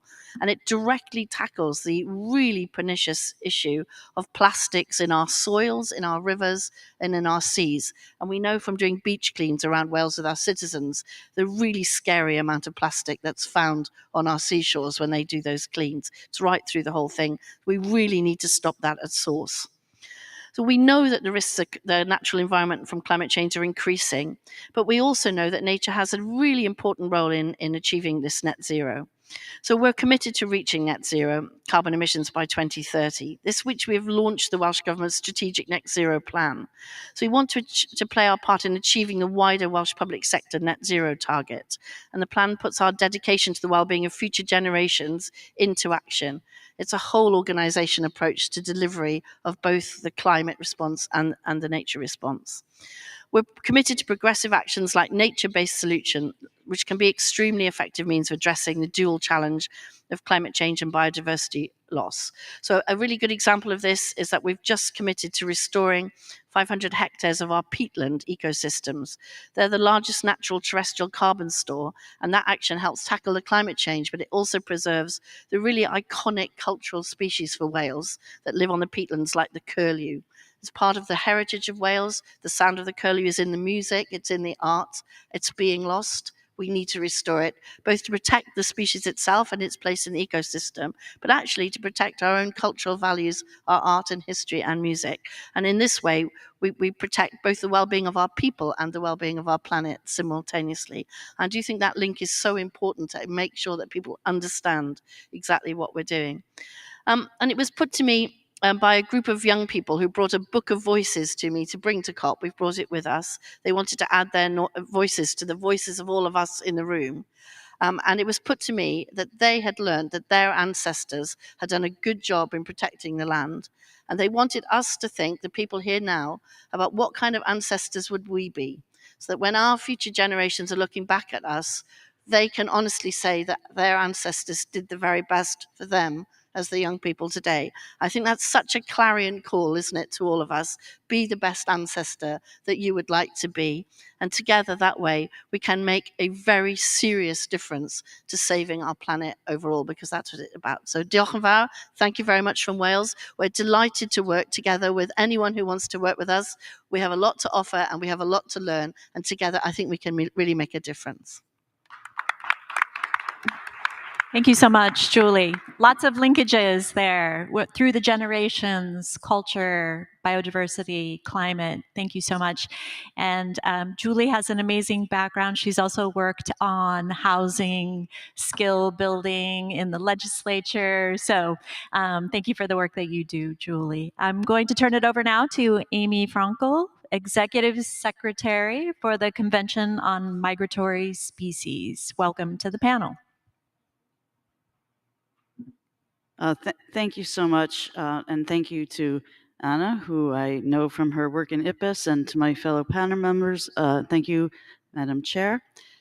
So honorable mayors, governors, and other subnational government leaders, ladies and gentlemen, I am very delighted to speak on behalf of the Convention on the Conservation of Migratory Species of Wild Animals, also known as CMS, here at this 7th Summit for Subnational Governments and Cities in the fabulous city of Montreal, which I called home for 6 years. Now, I believe I am the first CMS Executive Secretary to speak at the ICLEI City Summit, and I see a nod from Kobe. And you may wonder, what migratory species have to do with cities? After all, cities are supposed to be somewhere where people live, while nature and wild animals are somewhere outside of these boundaries. But I know I'm among a crowd that knows that nature is vital for cities and that green spaces in cities provide many benefits. Yet what may not be as well known is that nature in cities, the trees, the parks, the ponds, the rivers, and of course the areas around the cities are very important spaces for migratory species. In fact, migratory species are found in some of the world's most densely populated cities. Take New York City, where I was born, and where Central Park has become an important green space for millions of birds and a major birding hotspot in the United States, attracting birders from all over the world. In fact, I had visited there, and just above the George Washington Bridge is a park with a sign that says, "Wild Bird Habitat." Migratory birds and other migratory species are found in other major cities of the world: Singapore, Johannesburg, Dubai, Nairobi, New Delhi, Sao Paulo. What city doesn't have migratory species? The answer is none. That is why we need to find ways for people and wildlife to coexist, even in our most urban areas. I'm very happy that over the past year, CMS has been working more closely with ICLEI on the issue of light pollution, which was the theme of our World Migratory Bird Day campaign this year. The world is getting more and more illuminated with artificial light. More than 80% of the world's population lives under a lit sky, and in Europe and North America, the figure is closer to 99%. From 2012 to 2016, satellite data found that artificially lit outdoor areas increased by more than 2.2% each year. Now, while light can be important for safety and security, natural darkness is an important conservation matter. Light pollution kills millions of birds every year. So as part of our campaign, we have issued a call for action and for commitments to address light pollution, and this will be highlighted on ICLEI's action page and also at our CMS COP14 next year. I'm also pleased to announce that we, together with ICLEI, will be issuing a city guide on light pollution, which will include best practice case studies from around the world, and ICLEI is creating an online community of practice for cities. I call on each of you to get involved with this initiative and to take action to address light pollution. There are many other areas in which work on sustainable cities needs to factor in migratory species, and where guidance could be very helpful for cities and partners. To name just a few, as population size increases in cities, city planning to ensure sustainable city growth is absolutely vital to ensure that they include green spaces. Sprawling city growth may also increase the destruction and fragmentation of habitat that is essential for migratory species. Growing cities can also bring people into closer proximity to wild animals, raising the risk of poaching or illegal or unsustainable hunting. And the growing proximity of people to wildlife can also increase the risk of zoonotic disease. I also want to call to your attention an ongoing initiative, CMS, which involves the private sector, development banks, including the World Bank, the Asian Development Bank, the EBRD, and others, NGOs, and scientists, to ensure that wind turbines and power lines avoid or minimize impacts to migratory species, including birds and bats. As cities turn increasingly to renewable energy, it is important that these best practices be included, and we invite you to get involved with this effort. Finally, one of the top priorities for CMS has been that the Global Biodiversity Framework recognize the vital role of ecological connectivity for achieving its goals and targets. There is no topic that exemplifies this better than that of nature and cities. Healthy and productive ecosystems and landscapes can't thrive through islands of protected areas. And I'm very happy to see that ecological connectivity has been included in Target 1 on spatial planning, Target 2 on restoration, Target 3 on area-based conservation, and it is now included in Target 12 on cities, underscoring the importance that cities and their green spaces play in ensuring suitable, connected habitats, including for migratory species. I love working with cities and subnational governments because this is where things get done. And it is, again, a real pleasure to be here today, and I look forward to collaborating with you in the future. Thank you so much. Thank you, Amy. I am super excited about that light pollution guidebook. All right, everybody with a city out there, raise your hand if you're going to check out that guidebook and sign up on Cities with Nature as one of your actions. Yes? Will you commit to that action? All right. The resources are here, right? The experts are here. Let's use them. Okay, last on this first panel, last but not least, our dear friend, Lena Chan, the Senior Director of International Biodiversity Conservation Division for Singapore National Parks. Lena, you have meant so much to this community. Thank you for being part of this event and for sharing some words with us today. The floor is yours. Thank you very much, Angie. Anna, as usual, has shared with us all her words of wisdom. Hello, everybody. I'm so glad that you all are here.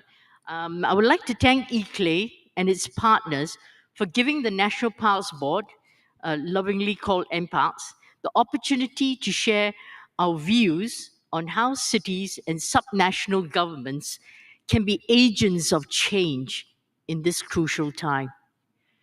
We need new ideas, shift paradigms to influence transformation change and play an active and significant role in the implementation of an ambitious but pragmatic and realistic post-2020 Global Biodiversity Framework, or GBF, for the long-term survival of biodiversity, of which humans are part of.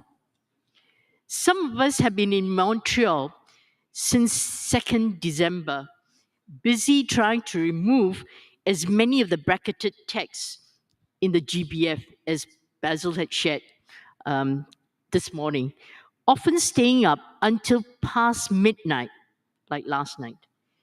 It is not unusual that the contact group spends more than 1 hour discussing one target and the text is not cleaned up yet. There is hope.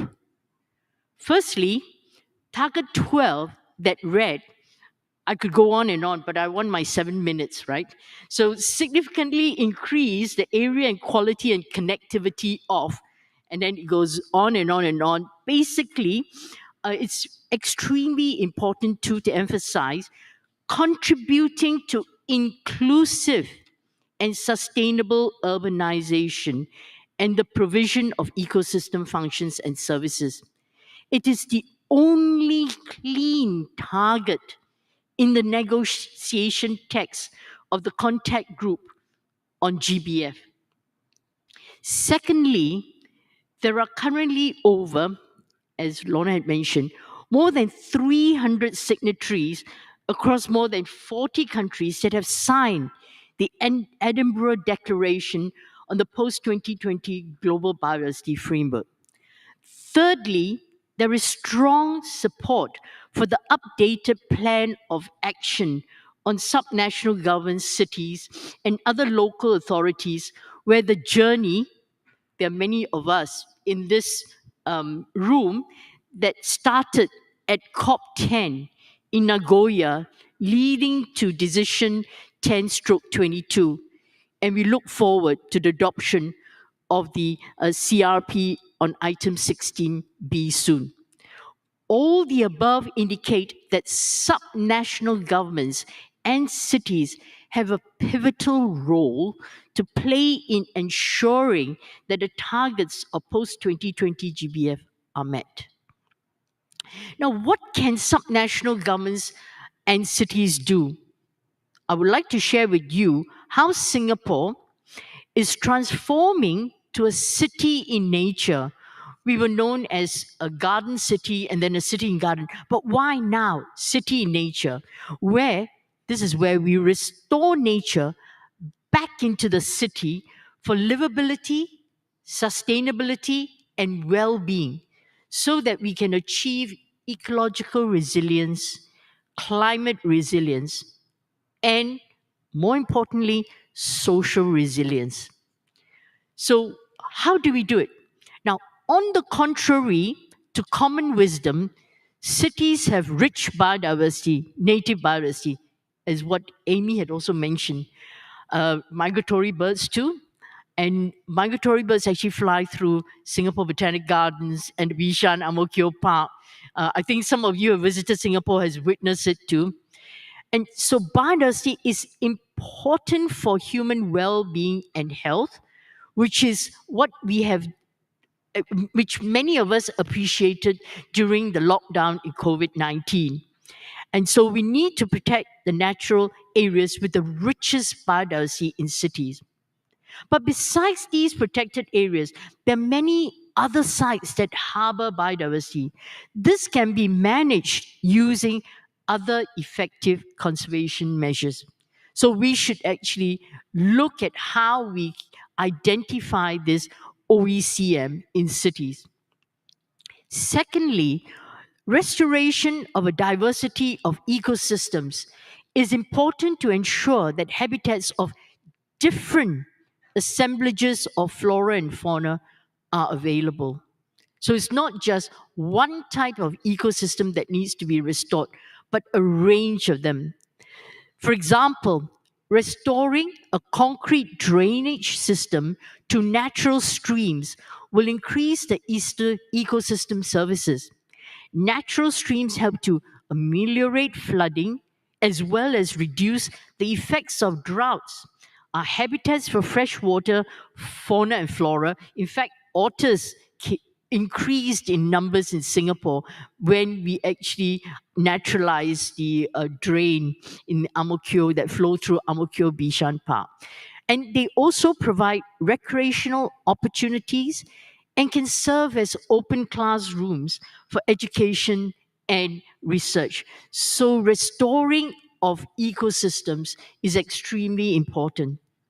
Restoring tropical rainforests, mangroves, freshwater habitats, grassland, coral reefs, seagrass meadows. Note that I include actually marine environments, coastal environments, because there are so many coastal cities in the world. This will ensure that a wide range of biodiversity can thrive in cities.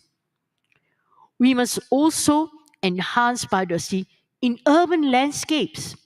Cities, by their very nature, are predominantly urban landscapes. So, however, if these urban landscapes are populated with natural features, they can provide some ecosystem services. Rooftop gardens, vertical greenery, hospital beds that look out into greenery, hotels, libraries, and commercial office buildings that have gardens and water features in their build-up areas.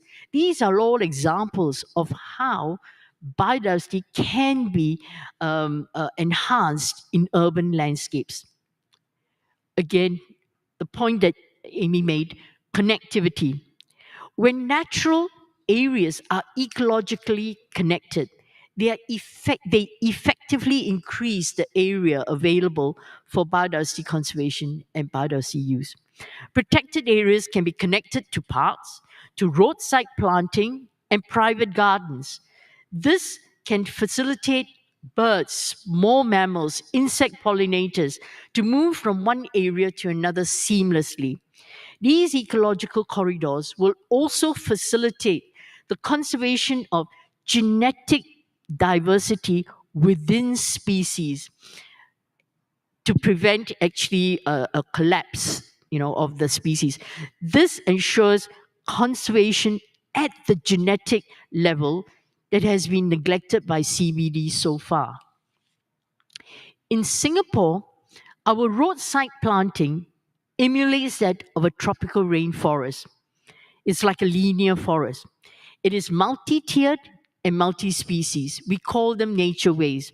The typology allows for more dense planting, hence increasing carbon stock and carbon sequestration, reducing pollution, decreasing soil erosion, providing shade, providing habitats for bats, birds, amphibians, pollinators. The list goes on and on and on. Therefore, it is so important for us to actually ensure connectivity. Now, for this to exist, we need two very important enablers.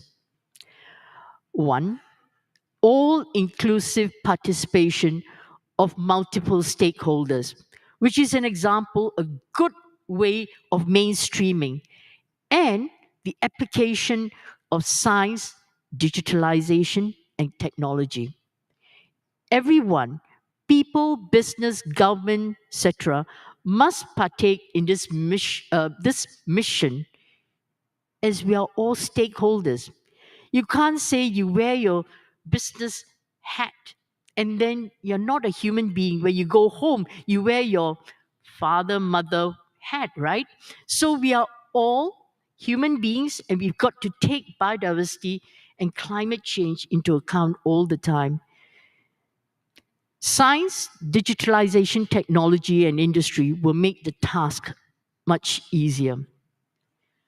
To ensure that we are heading in the right direction, we need an evaluation and monitoring tool. As what Basil has said, we need to review with transparency, responsibility, and accountability.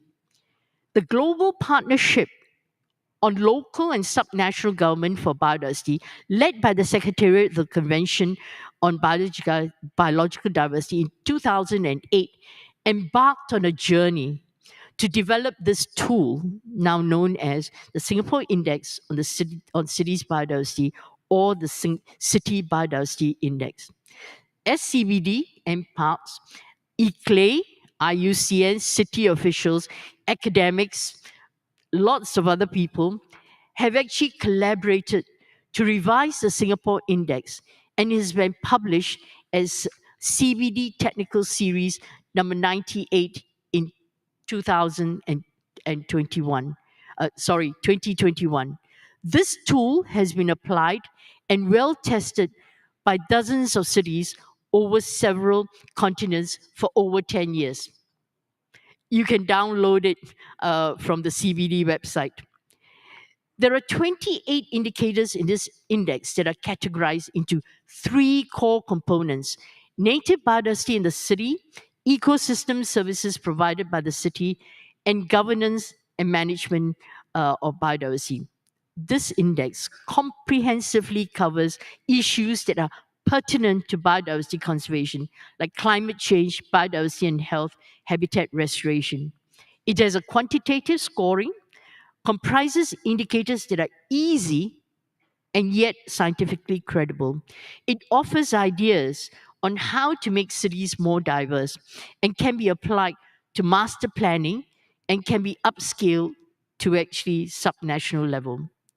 We would like to encourage cities like Cities with Nature, Regions with Nature, World Bank's Global Platform on Sustainable Cities, World Economic Forum's Global Commission on Biodiversity by 2030, Biophilic Cities Network, IUCN's Urban Nature Alliance, C40, etc., to apply the Singapore Index. I am an optimist. During the 7th summit, we would have made many friends and connections. Let us all work together to conserve our biodiversity for now and several generations to come. Thank you. Thank you, Lena. What a great publication. We're so glad it's available online for all of us to download. So I'm going to invite this wonderful panel of women to step down here for a quick family photo. As I invite the next group of panelists to come up, but as they go, let's give them another round of applause, please. Thank you so much. Coming to the stage, Dario Sadi from Campinas, Mayor of Campinas, Catherine Fournier, coming to us, the Mayor of Lingale. We have Jin Song Lee, Director General, Luis Casilla, and our friend Kelly King. So we'll let those folks get settled and take a quick photo of our first panel.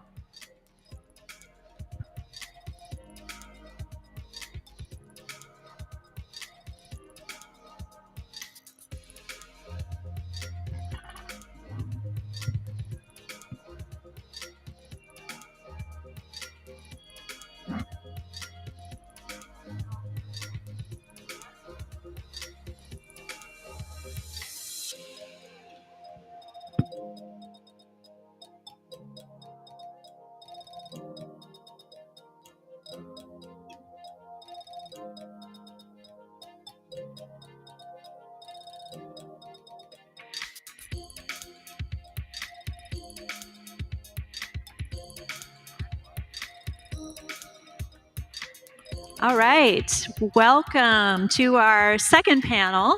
Thank you so much for that scientific and global perspective from our first panel. Now we're going to go into the local level here in panel 1 and in panel 2.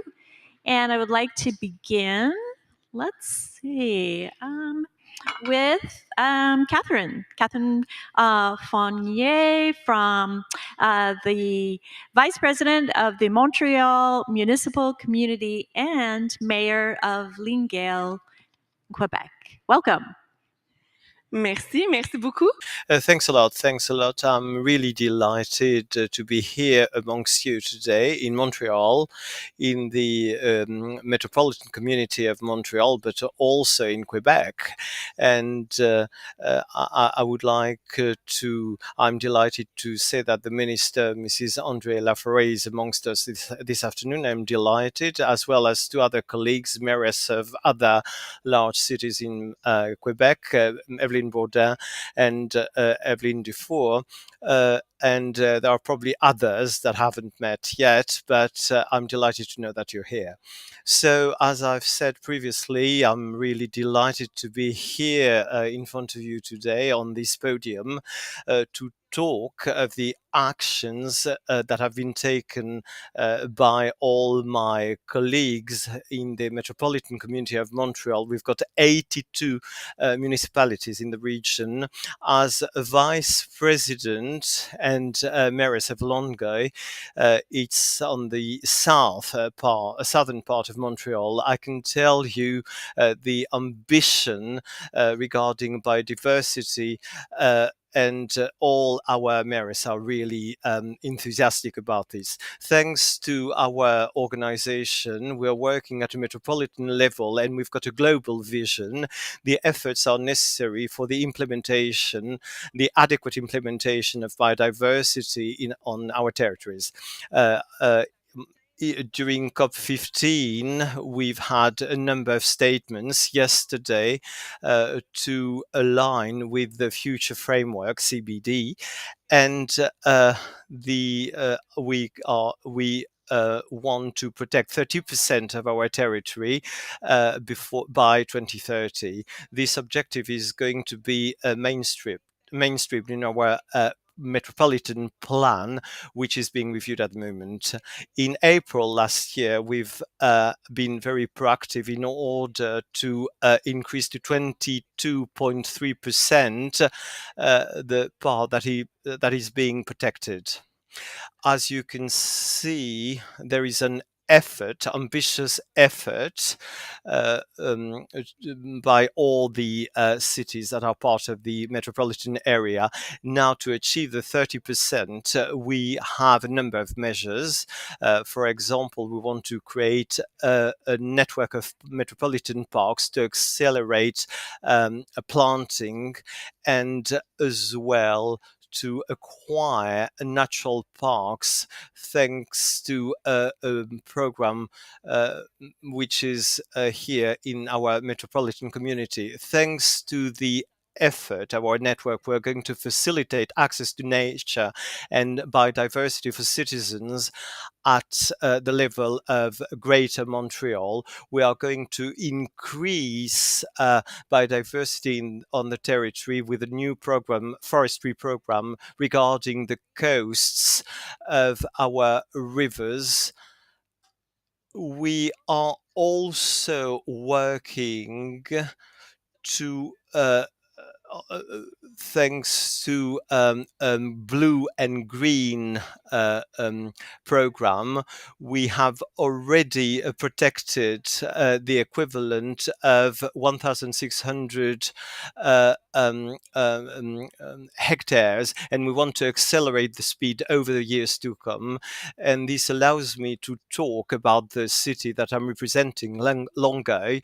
Recently, we've announced our will to carry on protecting our natural parks, and we've acquired a number of territories, very important regarding biodiversity. This is a real biodiversity jewel, about 500 hectares, and this is the largest natural park in our city.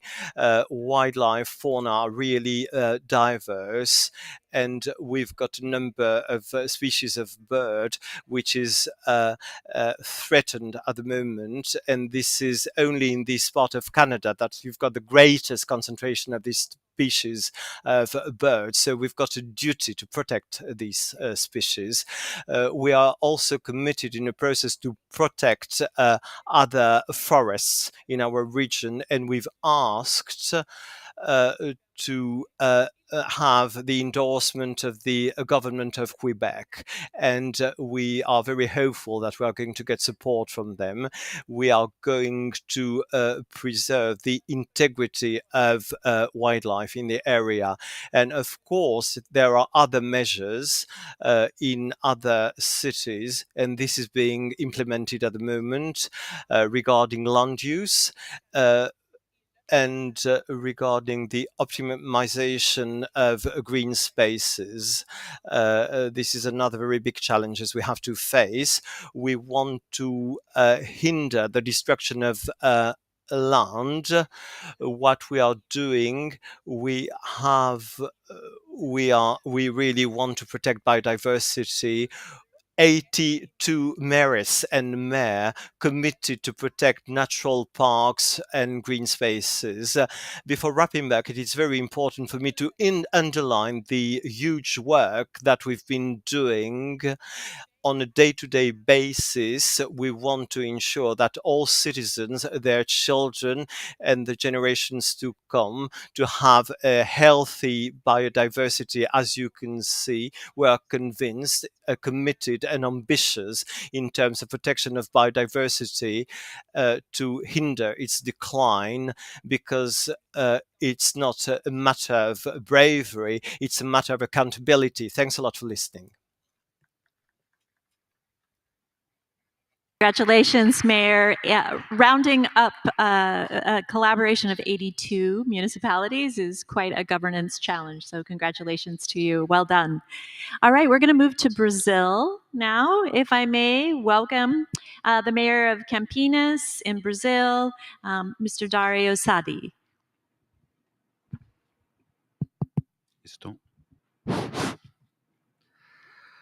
Good afternoon, everyone. I would like to begin by thanking the invitation of the Clay, and I thank all the presents and those present. I am a mayor of the municipality of Campinas in the state of São Paulo, Brazil.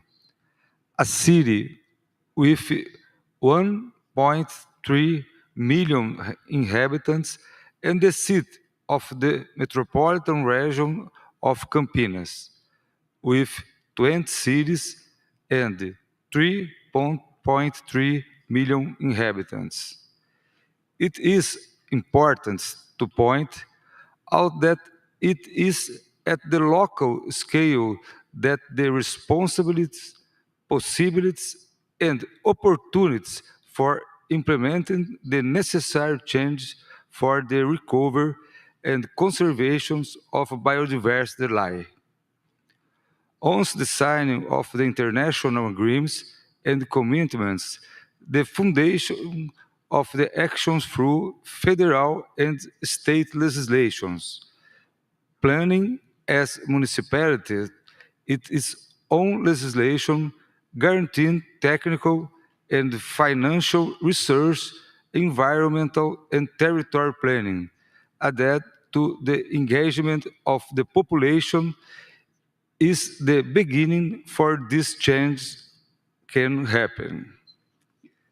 In Campinas, for example, we have preservation of 30% of the municipal territory through the establishment of protected areas, implementation of linear parks as means of environmental recovery combined with the promotion of the social function, and implementation of the ecological corridors to guarantee connectivity, including the implementation of fauna passage.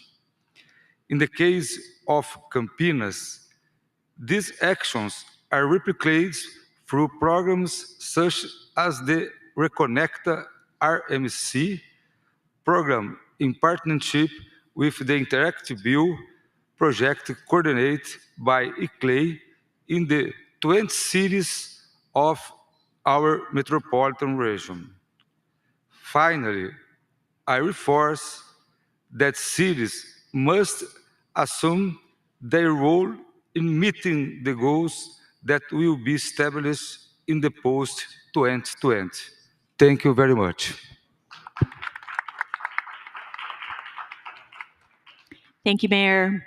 We appreciate your commitment and the ambition that you always brings to these talks. We appreciate that. And moving now to our guest from China. Jin Song Li is the Director General of Ecology and Environment Bureau in Lizhui City, China.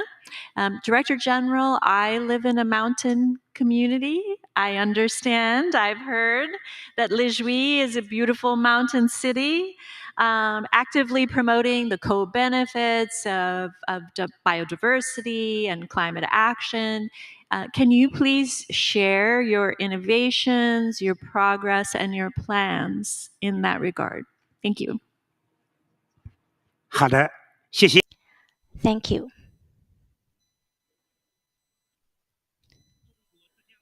Lishui is a mountain city located on the southeast coast of China in Zhejiang province. We have 17,000 square kilometers.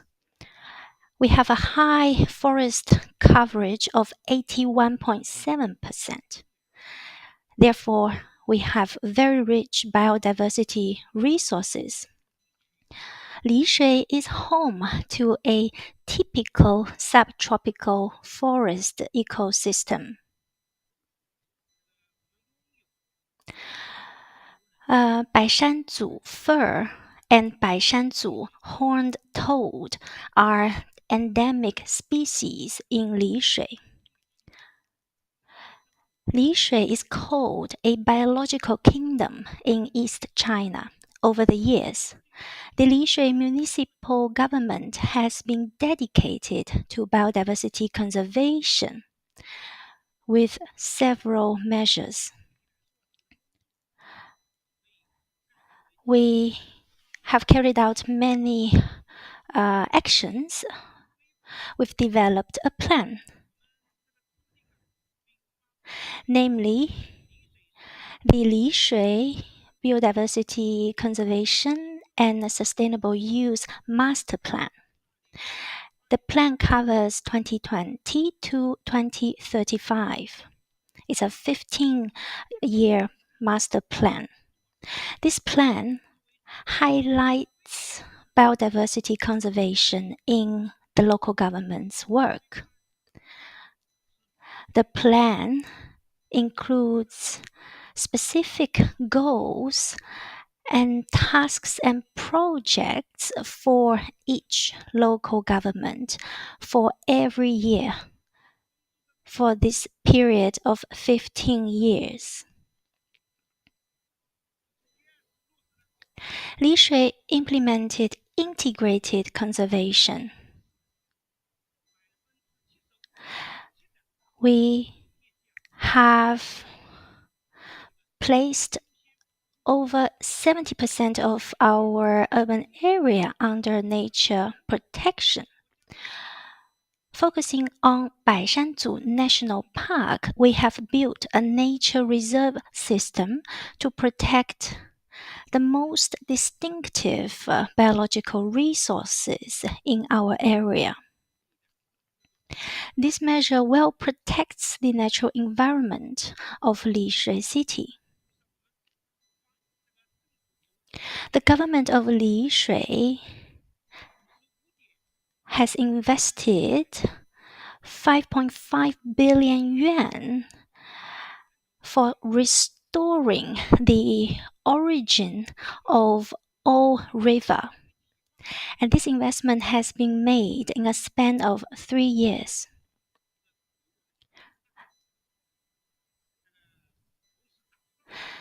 We have also built an East China germplasm base to preserve the very unique genetic resources.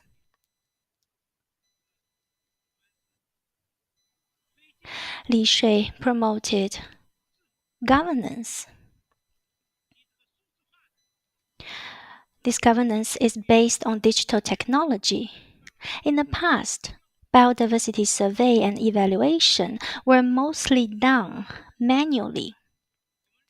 Now, we use digital technology for smarter and more efficient biodiversity survey, monitoring, and evaluation. We also use artificial intelligence, such as sound and images, to identify and record species automatically. We have also built biodiversity observatories to protect biodiversity in the city of Li Shui. Li Shui has fostered innovative business models.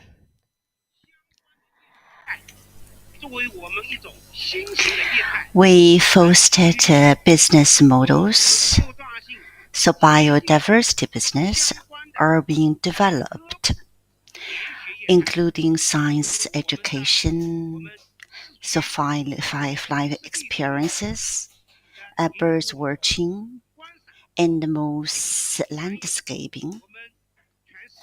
As part of the eco-tourism, we have set about 10 places where you could watch birds as a tourism places. We also combine different forms to develop unique Li Shui models. By doing this, we could develop a sustainable tourism and has made Li Shui a special place for showing our biodiversity. Next, we carry out evaluation.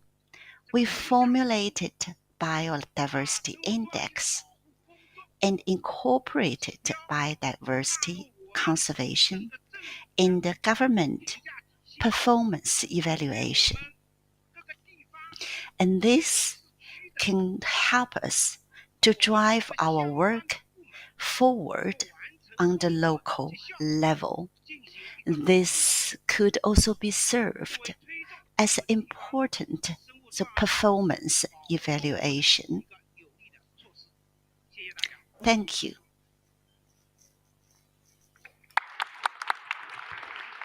Thank you very much, Director General, for painting that very clear picture, giving us a vision of your good city. Thank you. We're going to move back to the Americas now, turning to Luis Casilla, the Coordinator of Strategic Projects, in the Ministry of Environmental Affairs at Jalisco, Mexico. Over to you, sir.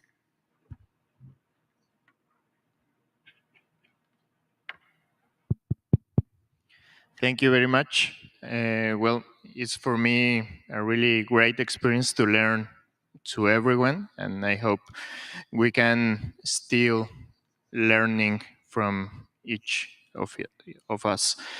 So, desde Jalisco tenemos claro que el futuro de We at Jalisco know for a fact that our future depends on the commitment that we make to the conservation of biodiversity.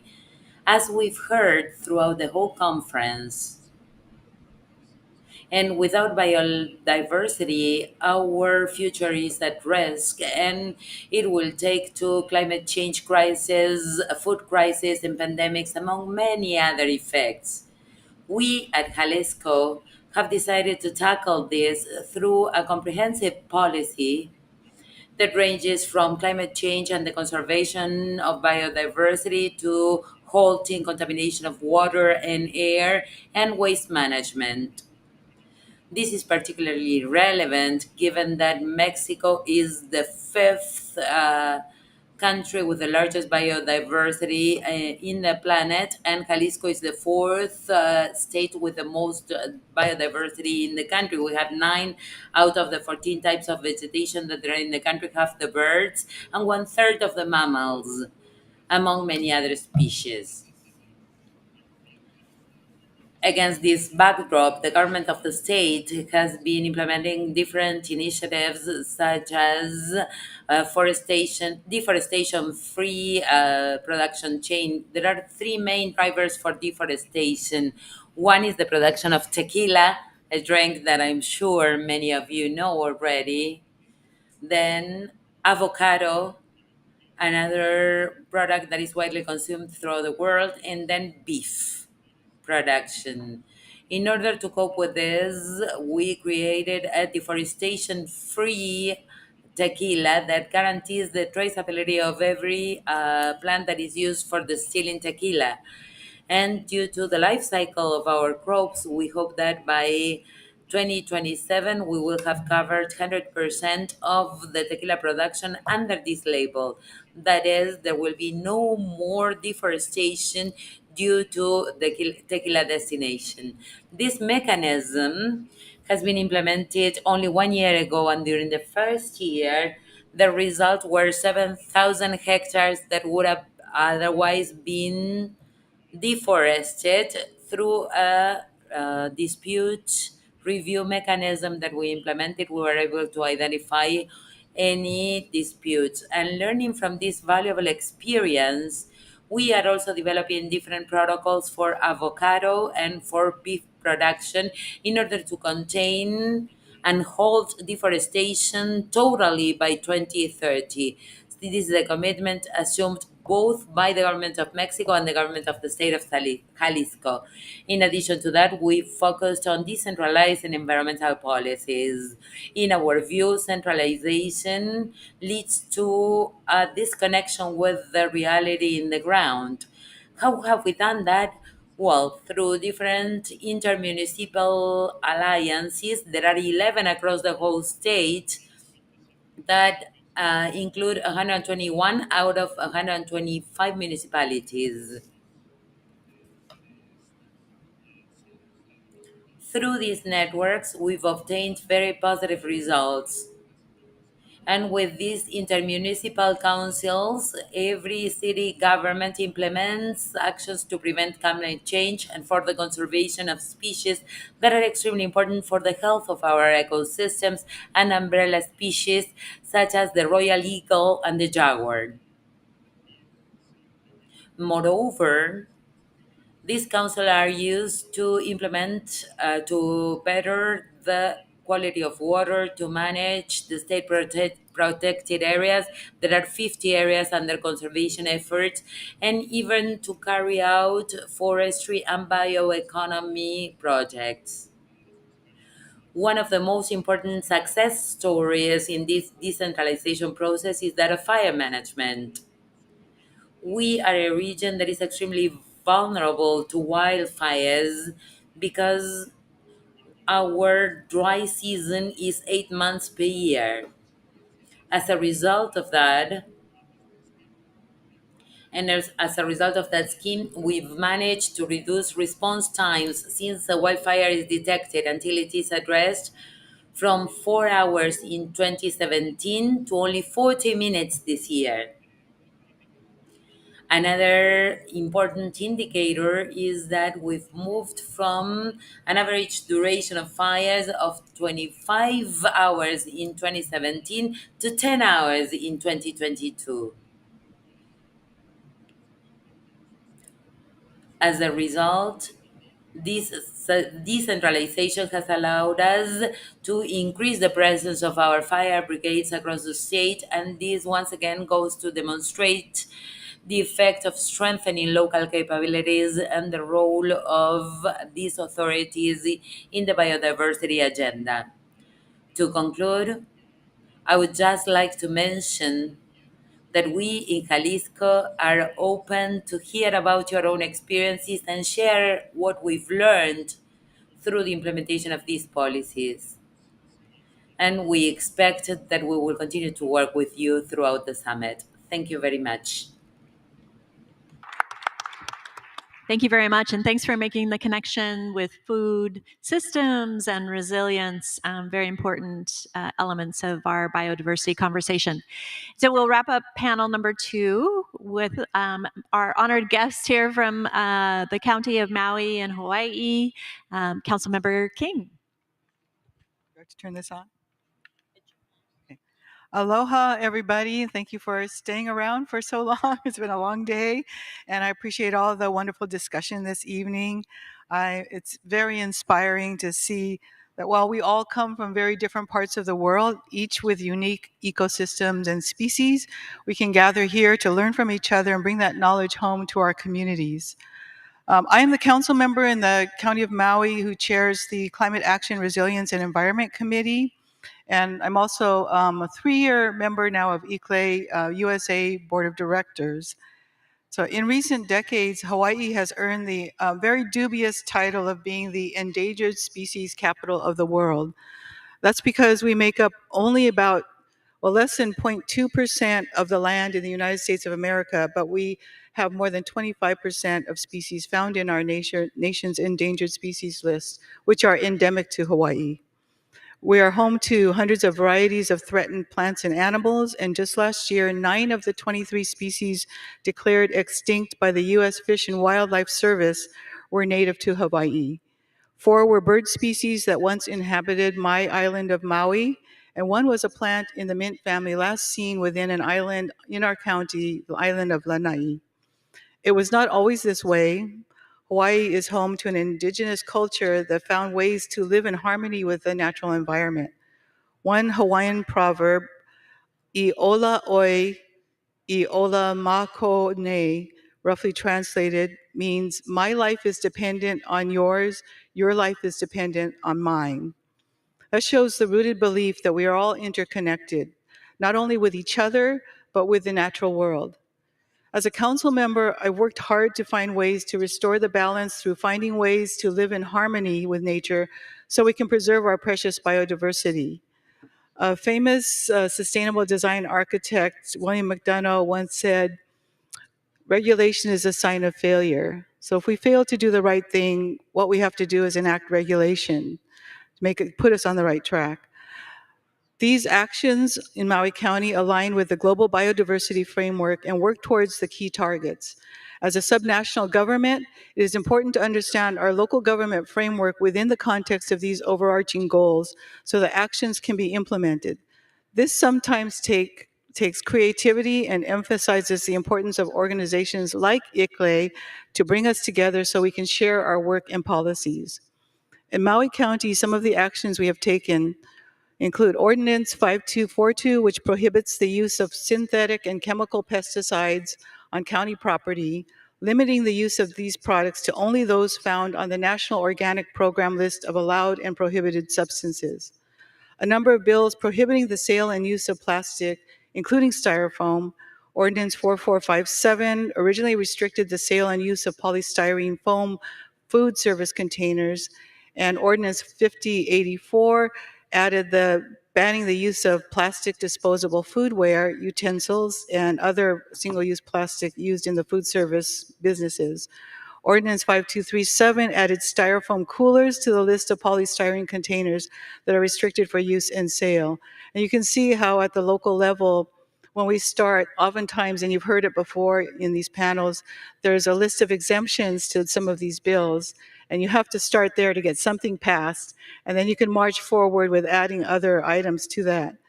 Ordinance 5306, which is probably the most ambitious chemical ban in the world, prohibits the sale, use, and distribution of non-mineral sunscreens. So if you come to Maui County, you can only use titanium dioxide or zinc oxide as a sunscreen. Ordinance 5421 requires the creation of countywide wetlands inventory overlay and uses a broader definition of wetlands. So the Army Corps of Engineers, the U.S. Army Corps of Engineers has a definition that includes the hydrology, the hydrophytic vegetation, and hydric soils all be present in order to be called a wetland. The Maui County version of this bill, of this ordinance and description says 2 of those 3 things must be present. And we're hoping in this way to double the allowable wetlands in our area. The area that I came from at one time had over 200 acres of wetlands, and now we're down to less than 25. The bill also allows the map to be used to create the wetland overlay zoning, which further protects these sensitive ecosystems from development and from breaking ground activities. It says groundbreaking, but they're not innovative. They're actually preventing breaking the ground. Ordinance 5434 amends our outdoor lighting code to limit the blue light content to less than 2%. The bill also mandates light shielding using the latest science on light wavelength in order to limit light pollution that is harmful to seabirds and turtles. So yes, in Maui, we're very excited about the cities with light guidelines. Please note also that the bulk of the legislation I just outlined was passed in the last 3 years. It's no coincidence that much happened after I joined the board of ICLEI USA in 2020. As important as subnational actions are, the inspiration and backing of a global community is also very important to action at the local level. Internationally known marine ecosystem researcher Dr. Craig Downs and ICLEI's own Ingrid Coetzee were key supporters of the sunscreen chemical ban and the outdoor lighting restriction ordinance, respectively. And that's one of the great things about COVID is that we learned how to communicate through virtual meetings, and we can bring experts from around the world to any little corner of the earth to support what we're trying to do here. So that's been just an invaluable experience. The budget initiatives such as regional wastewater treatment systems, land acquisition for conservation, and investments in watershed planning and wetlands restoration increase the amount of community resources that are devoted to conservation and environmental protection. We have also funded ongoing efforts to eradicate some of our most destructive invasive species, such as coqui frogs and little fire ants. Thank you all for the opportunity to share some of our local policies we have implemented in Maui County to achieve a greater harmony with nature. Thank you to all of the previous speakers for some of the new resources I have access to now. And I look forward to continuing this conversation with you all so we can orchestrate global, local action to protect our biodiversity. Mahalo. Thank you so much, Council Member. We could go on and on about everything that Kelly's been working on in Maui. I hope you'll find her at the cocktail reception and hear more. So this concludes panel number 2. I'm going to invite all of you to the front here for a family photo while we get panel number 3 coming up. Thank you again. A little round of applause for this group.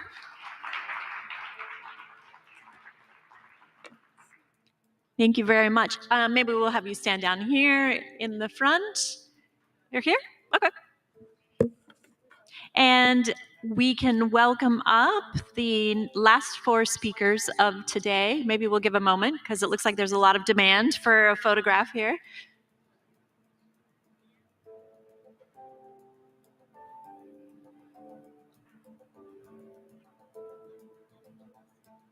What's that? Is he here?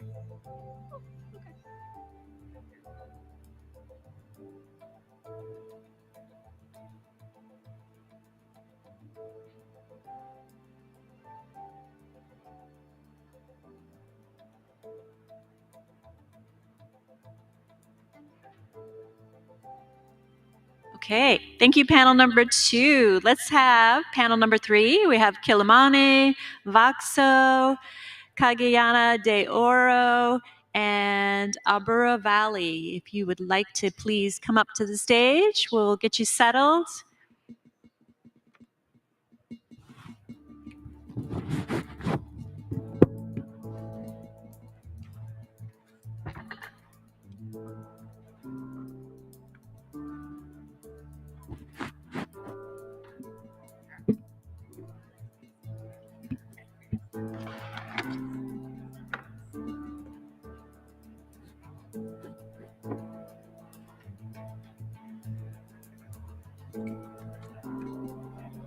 Oh, thank you.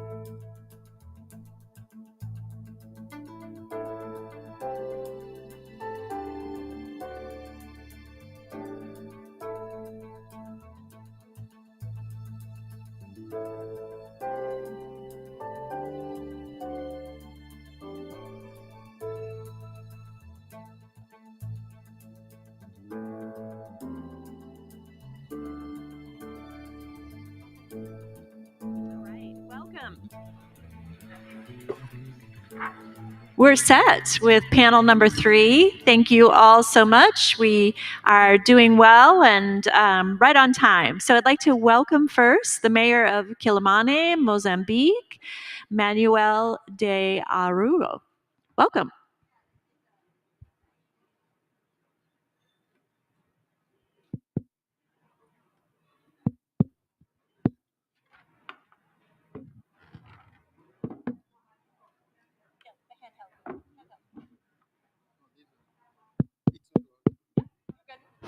Hello.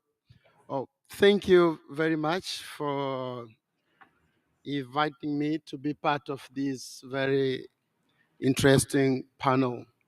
First of all, I wanted to mention that Kilimani City is a coastal city, and it's on the bank. It was built, and it is on the banks of the river of good signs, making it one of the most vulnerable cities, not only vulnerable to climate change, not only in Mozambique, but in Africa,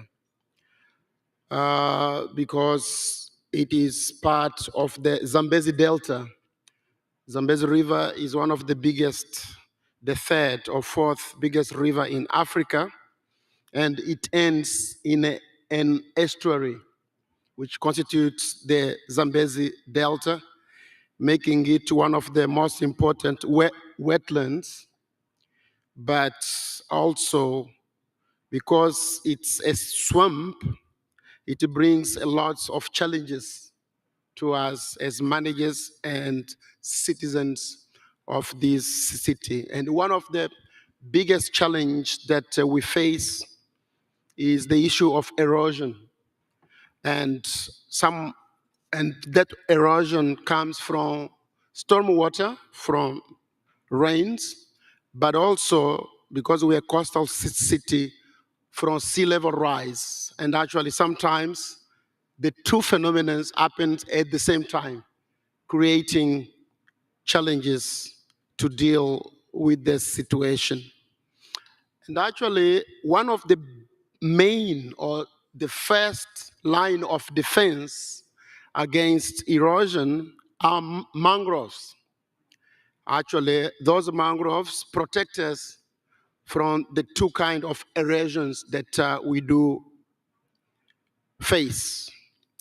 And because people are really poor, they use mangroves, they cut mangroves to build their houses, but also for cooking. They make it coal, transform the mangroves into coal, but also they use the wood for cooking. By doing so, they are depleting every single day the forest of mangroves that we have. And as a municipality, we realized this challenge and we came up with several actions. First of all, we set up a project to educate our citizens about the importance, the crucial importance of mangroves. And in doing so, we had a relative success, but there were resistance that we faced because most of our citizens did not understood really why were the management of the city spending money and other resources, including time, worrying about the life or the preservation of the mangroves. At one of those meetings, I still recall one of the citizens who raised up and asked me, why was I so worried about mangroves as a politician? And the question he summarized and he put to me, which at the time was very challenging, was, do mangroves vote? Mayor, why are you so worried and spending the scarce resource that we do have taking care of mangroves while our lives are so in danger? I had to find a way to explain to them that indeed mangroves do vote. Of course, they don't vote the way people vote, but there was a link between the preservation of the mangroves and the betterment of their livelihood. I explained to them that if we didn't take care of the mangroves, our city will disappear because of the erosion. But more importantly, 60 to 70% of the income from the citizens of my city come from the fishing industry.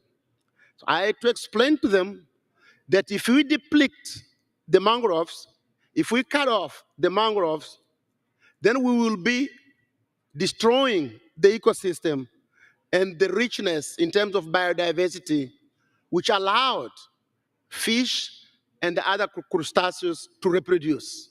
Most of them, they knew that most of the fish species and the crustaceans, they do not reproduce themselves in the high sea. Actually, during the period to reproduce, most of those species would leave the high sea, come to the river, and lay their eggs in the mangroves. So if we cut the mangroves, that process will be interrupted.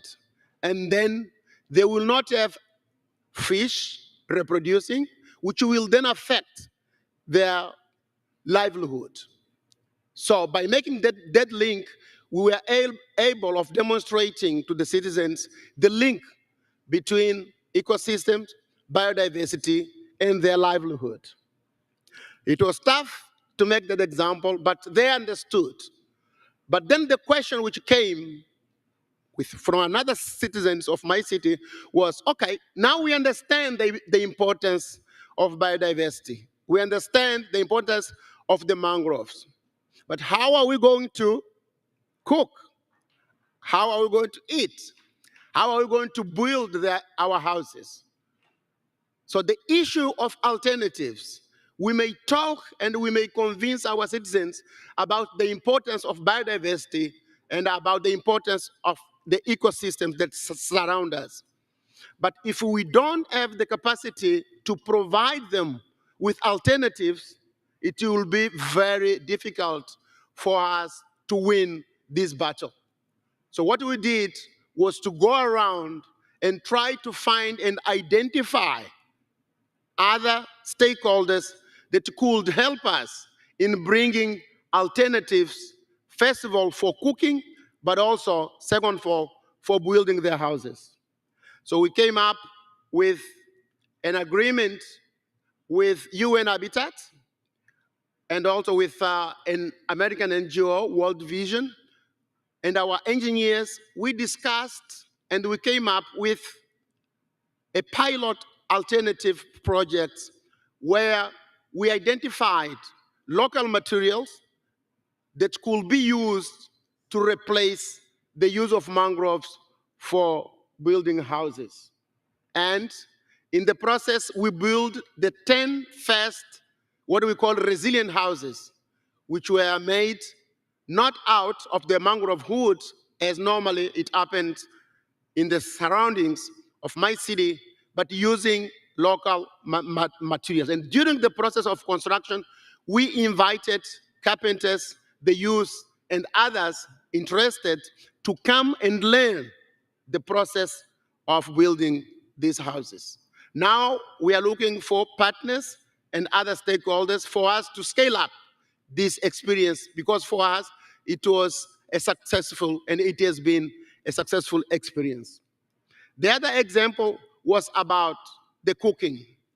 We needed to find ways so that our citizens will stop cutting the mangroves and therefore stop depleting our biodiversity richness by finding an alternative to that. So what we did also was to identify other stakeholders, and we started a pilot project where we were transforming waste into food waste into biogas. And by doing that, we were able of showing our citizens that there was an alternative.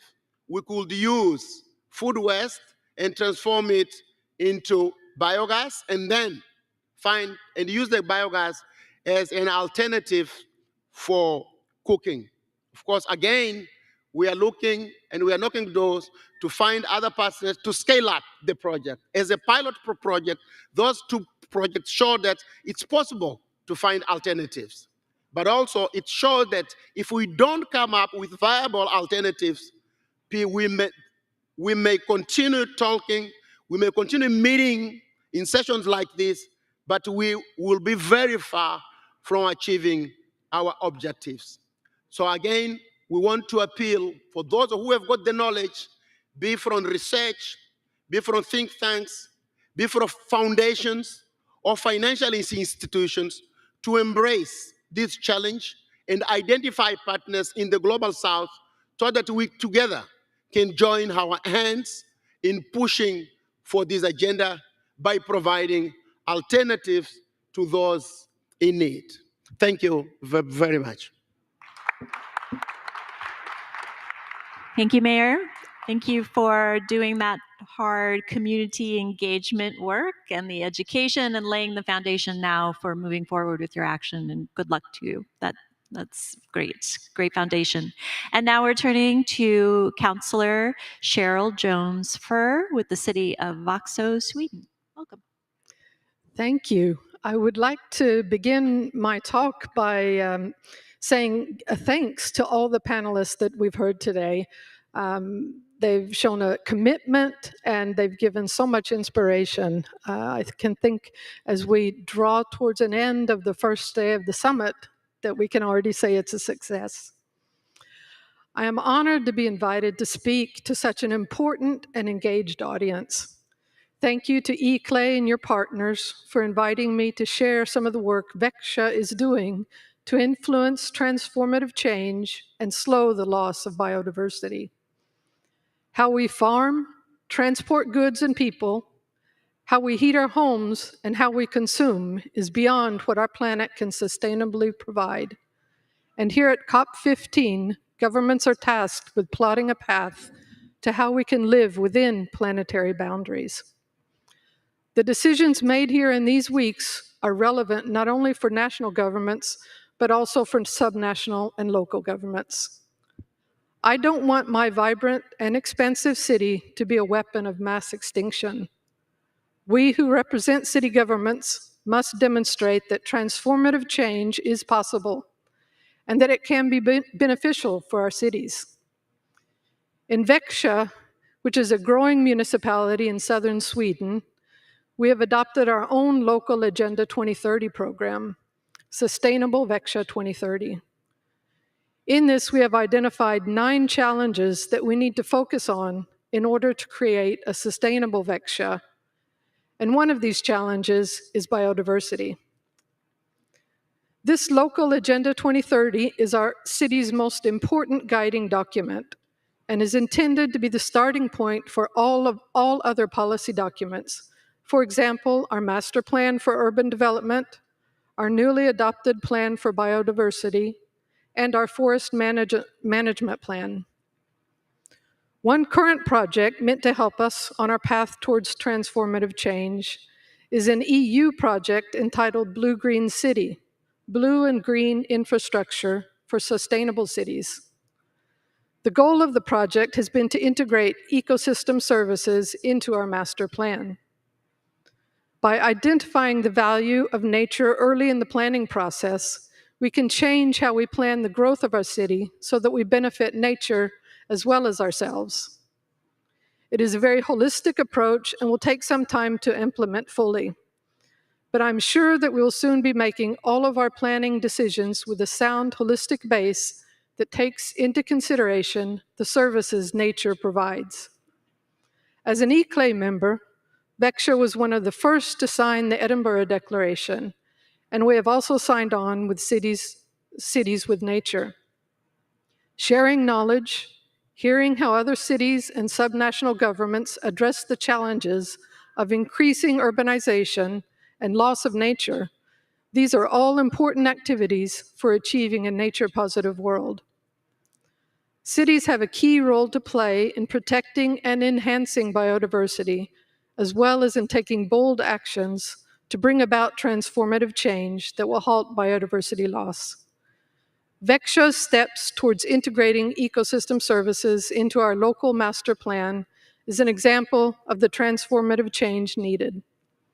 Healthy biodiversity and the ecosystem services this provides is key for the well-being of our citizens and will help to create resilient cities. I don't want my city to be an implement of mass extinction. Instead, I hope it will be a place where we can all live in harmony with nature. Thank you. Thank you, Counselor. And you should all now go to citieswithnature.org and take a look at the profile and read what's happening on the ground. Thank you for your inspiration today. We're turning now to Philippines. Mr. Ian Mark Nakaya, Counselor with Cagayan de Oro in Philippines. You want to stand up? I think you could take your handheld mic with you. Okay. Thank you for the kind introduction. Dignitaries in the midst, fellow nature lovers, ladies and gentlemen, good day. Thank you, ICLAY, for choosing Cagayan de Oro City from among the cities and subnational governments in the entire Philippines. And we would like to express the greetings of our city mayor, Rolando Clarex Uy, and the entire people of Cagayan de Oro City. Our city is situated at the northern entrance to the island of Mindanao, Philippines, the land of promise, with its enormous biodiversity and abundant natural resources. The city has its share of biodiversity, with the high number of mushroom species at the hills of Dansulihon, to the urban rainforest and wild plant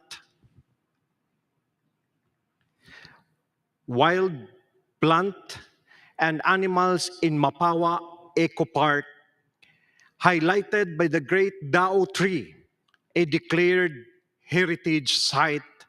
The highest biodiversity resides in Cagayan de Oro River, the lifeline of the city, with its collection of fishes that provide great culinary contribution to the citizens and visitors of Cagayan de Oro, such as the pigok, hiuon, and tadlungan. However, the rapid expansion and development has polluted the river, threatening its biodiversity. The strong typhoon Sindong in 2011 caused severe damages in the land and most especially the river, including the death of more than 1,000 people.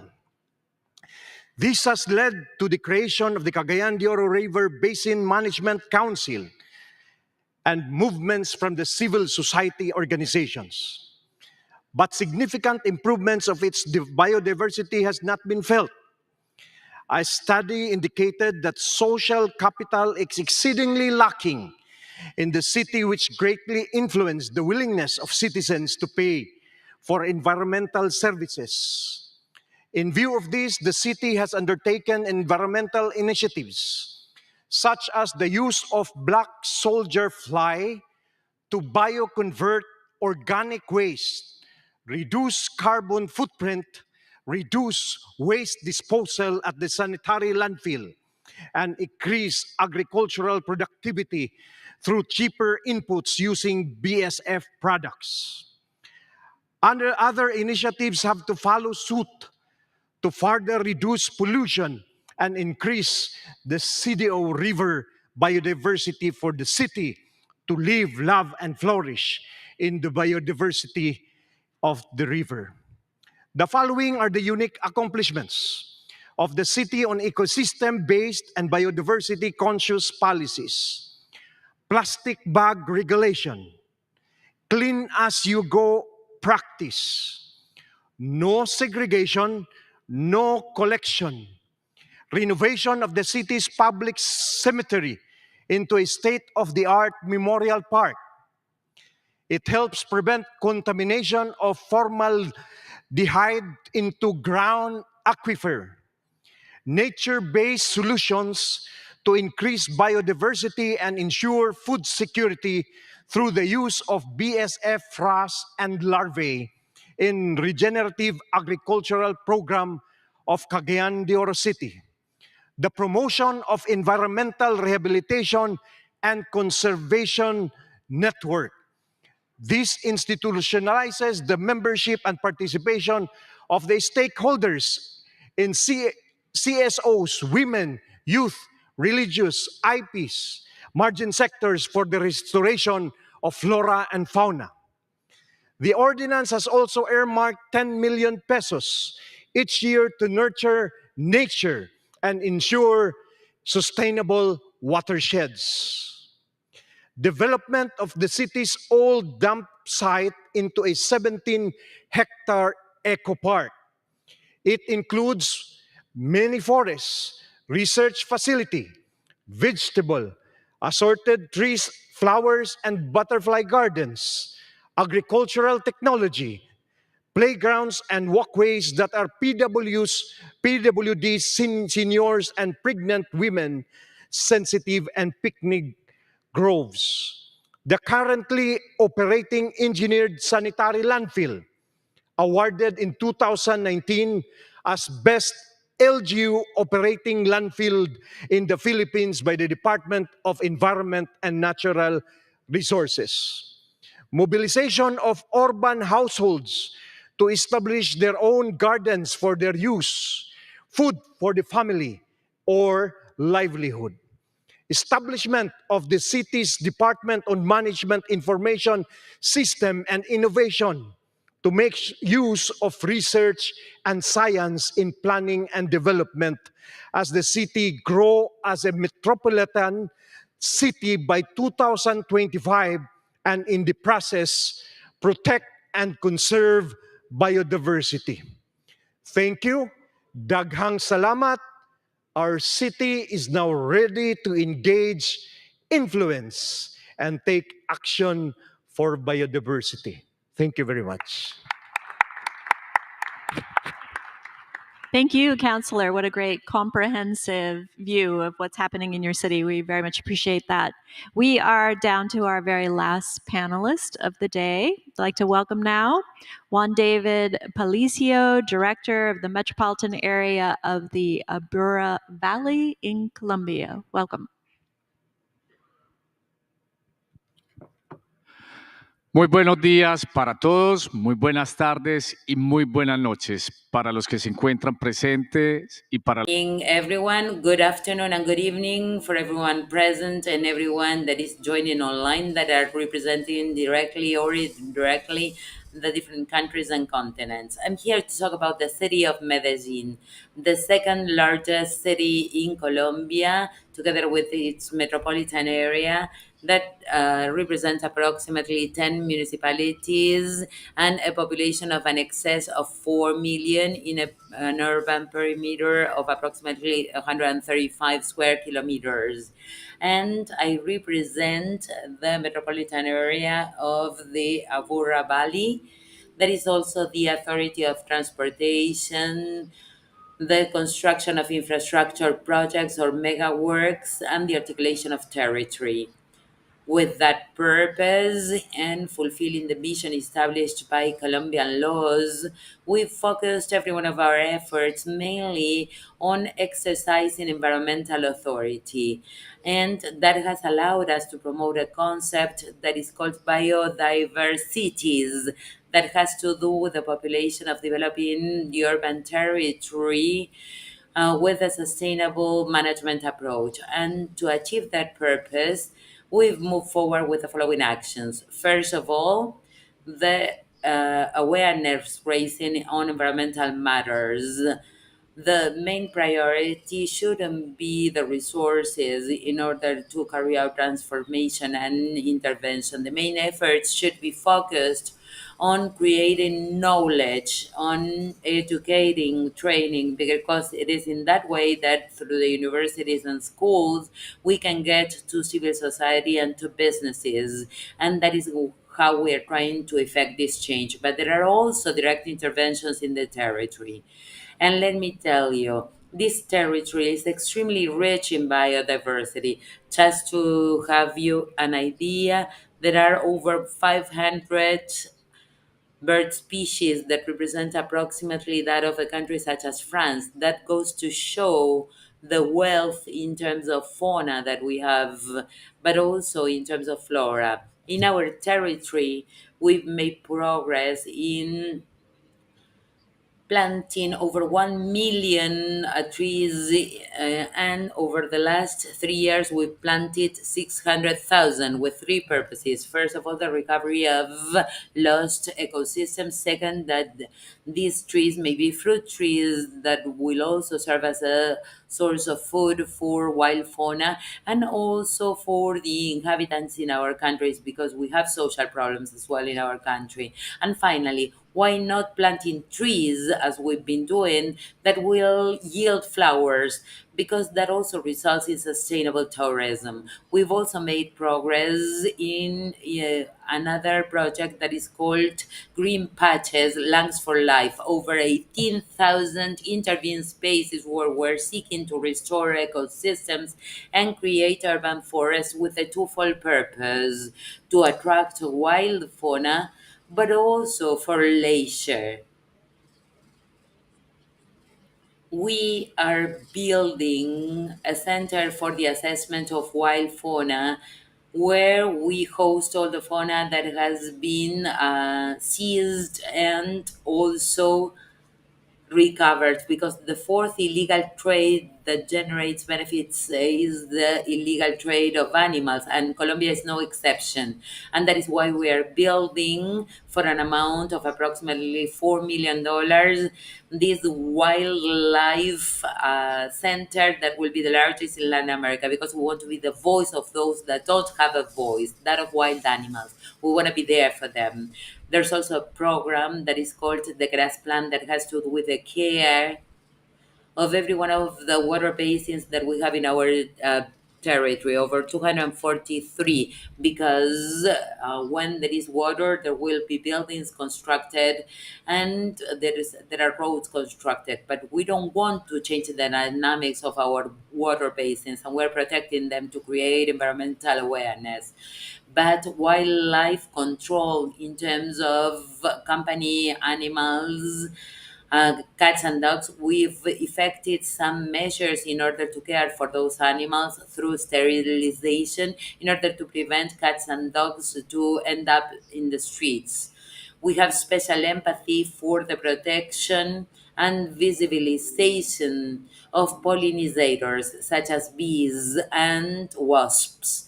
It's been stated that 75% of the food that gets to our table is produced by the ecosystem services provided by bees. And that is why we've taken blunt measures to protect our bees, and there is a network of relocators. We extract them from those urban places where they may affect our citizens, because we don't want to attack we don't want them to attack their citizens, and we relocate them. But we are raising awareness by building bees hotels or shelters in order to visualize this issue. Finally, there is a wetland process where we've identified over 125 wetlands in urban areas that had not been characterized as such, and a project for the monitoring and traceability of wildlife. We've set up over 14 collars that allow us to do telemetry and to identify the movement of our fauna in order to identify green corridors that we need to protect. That allows us to raise ecological awareness, and in that way, we've been able to promote actions that need to be contributed by every city.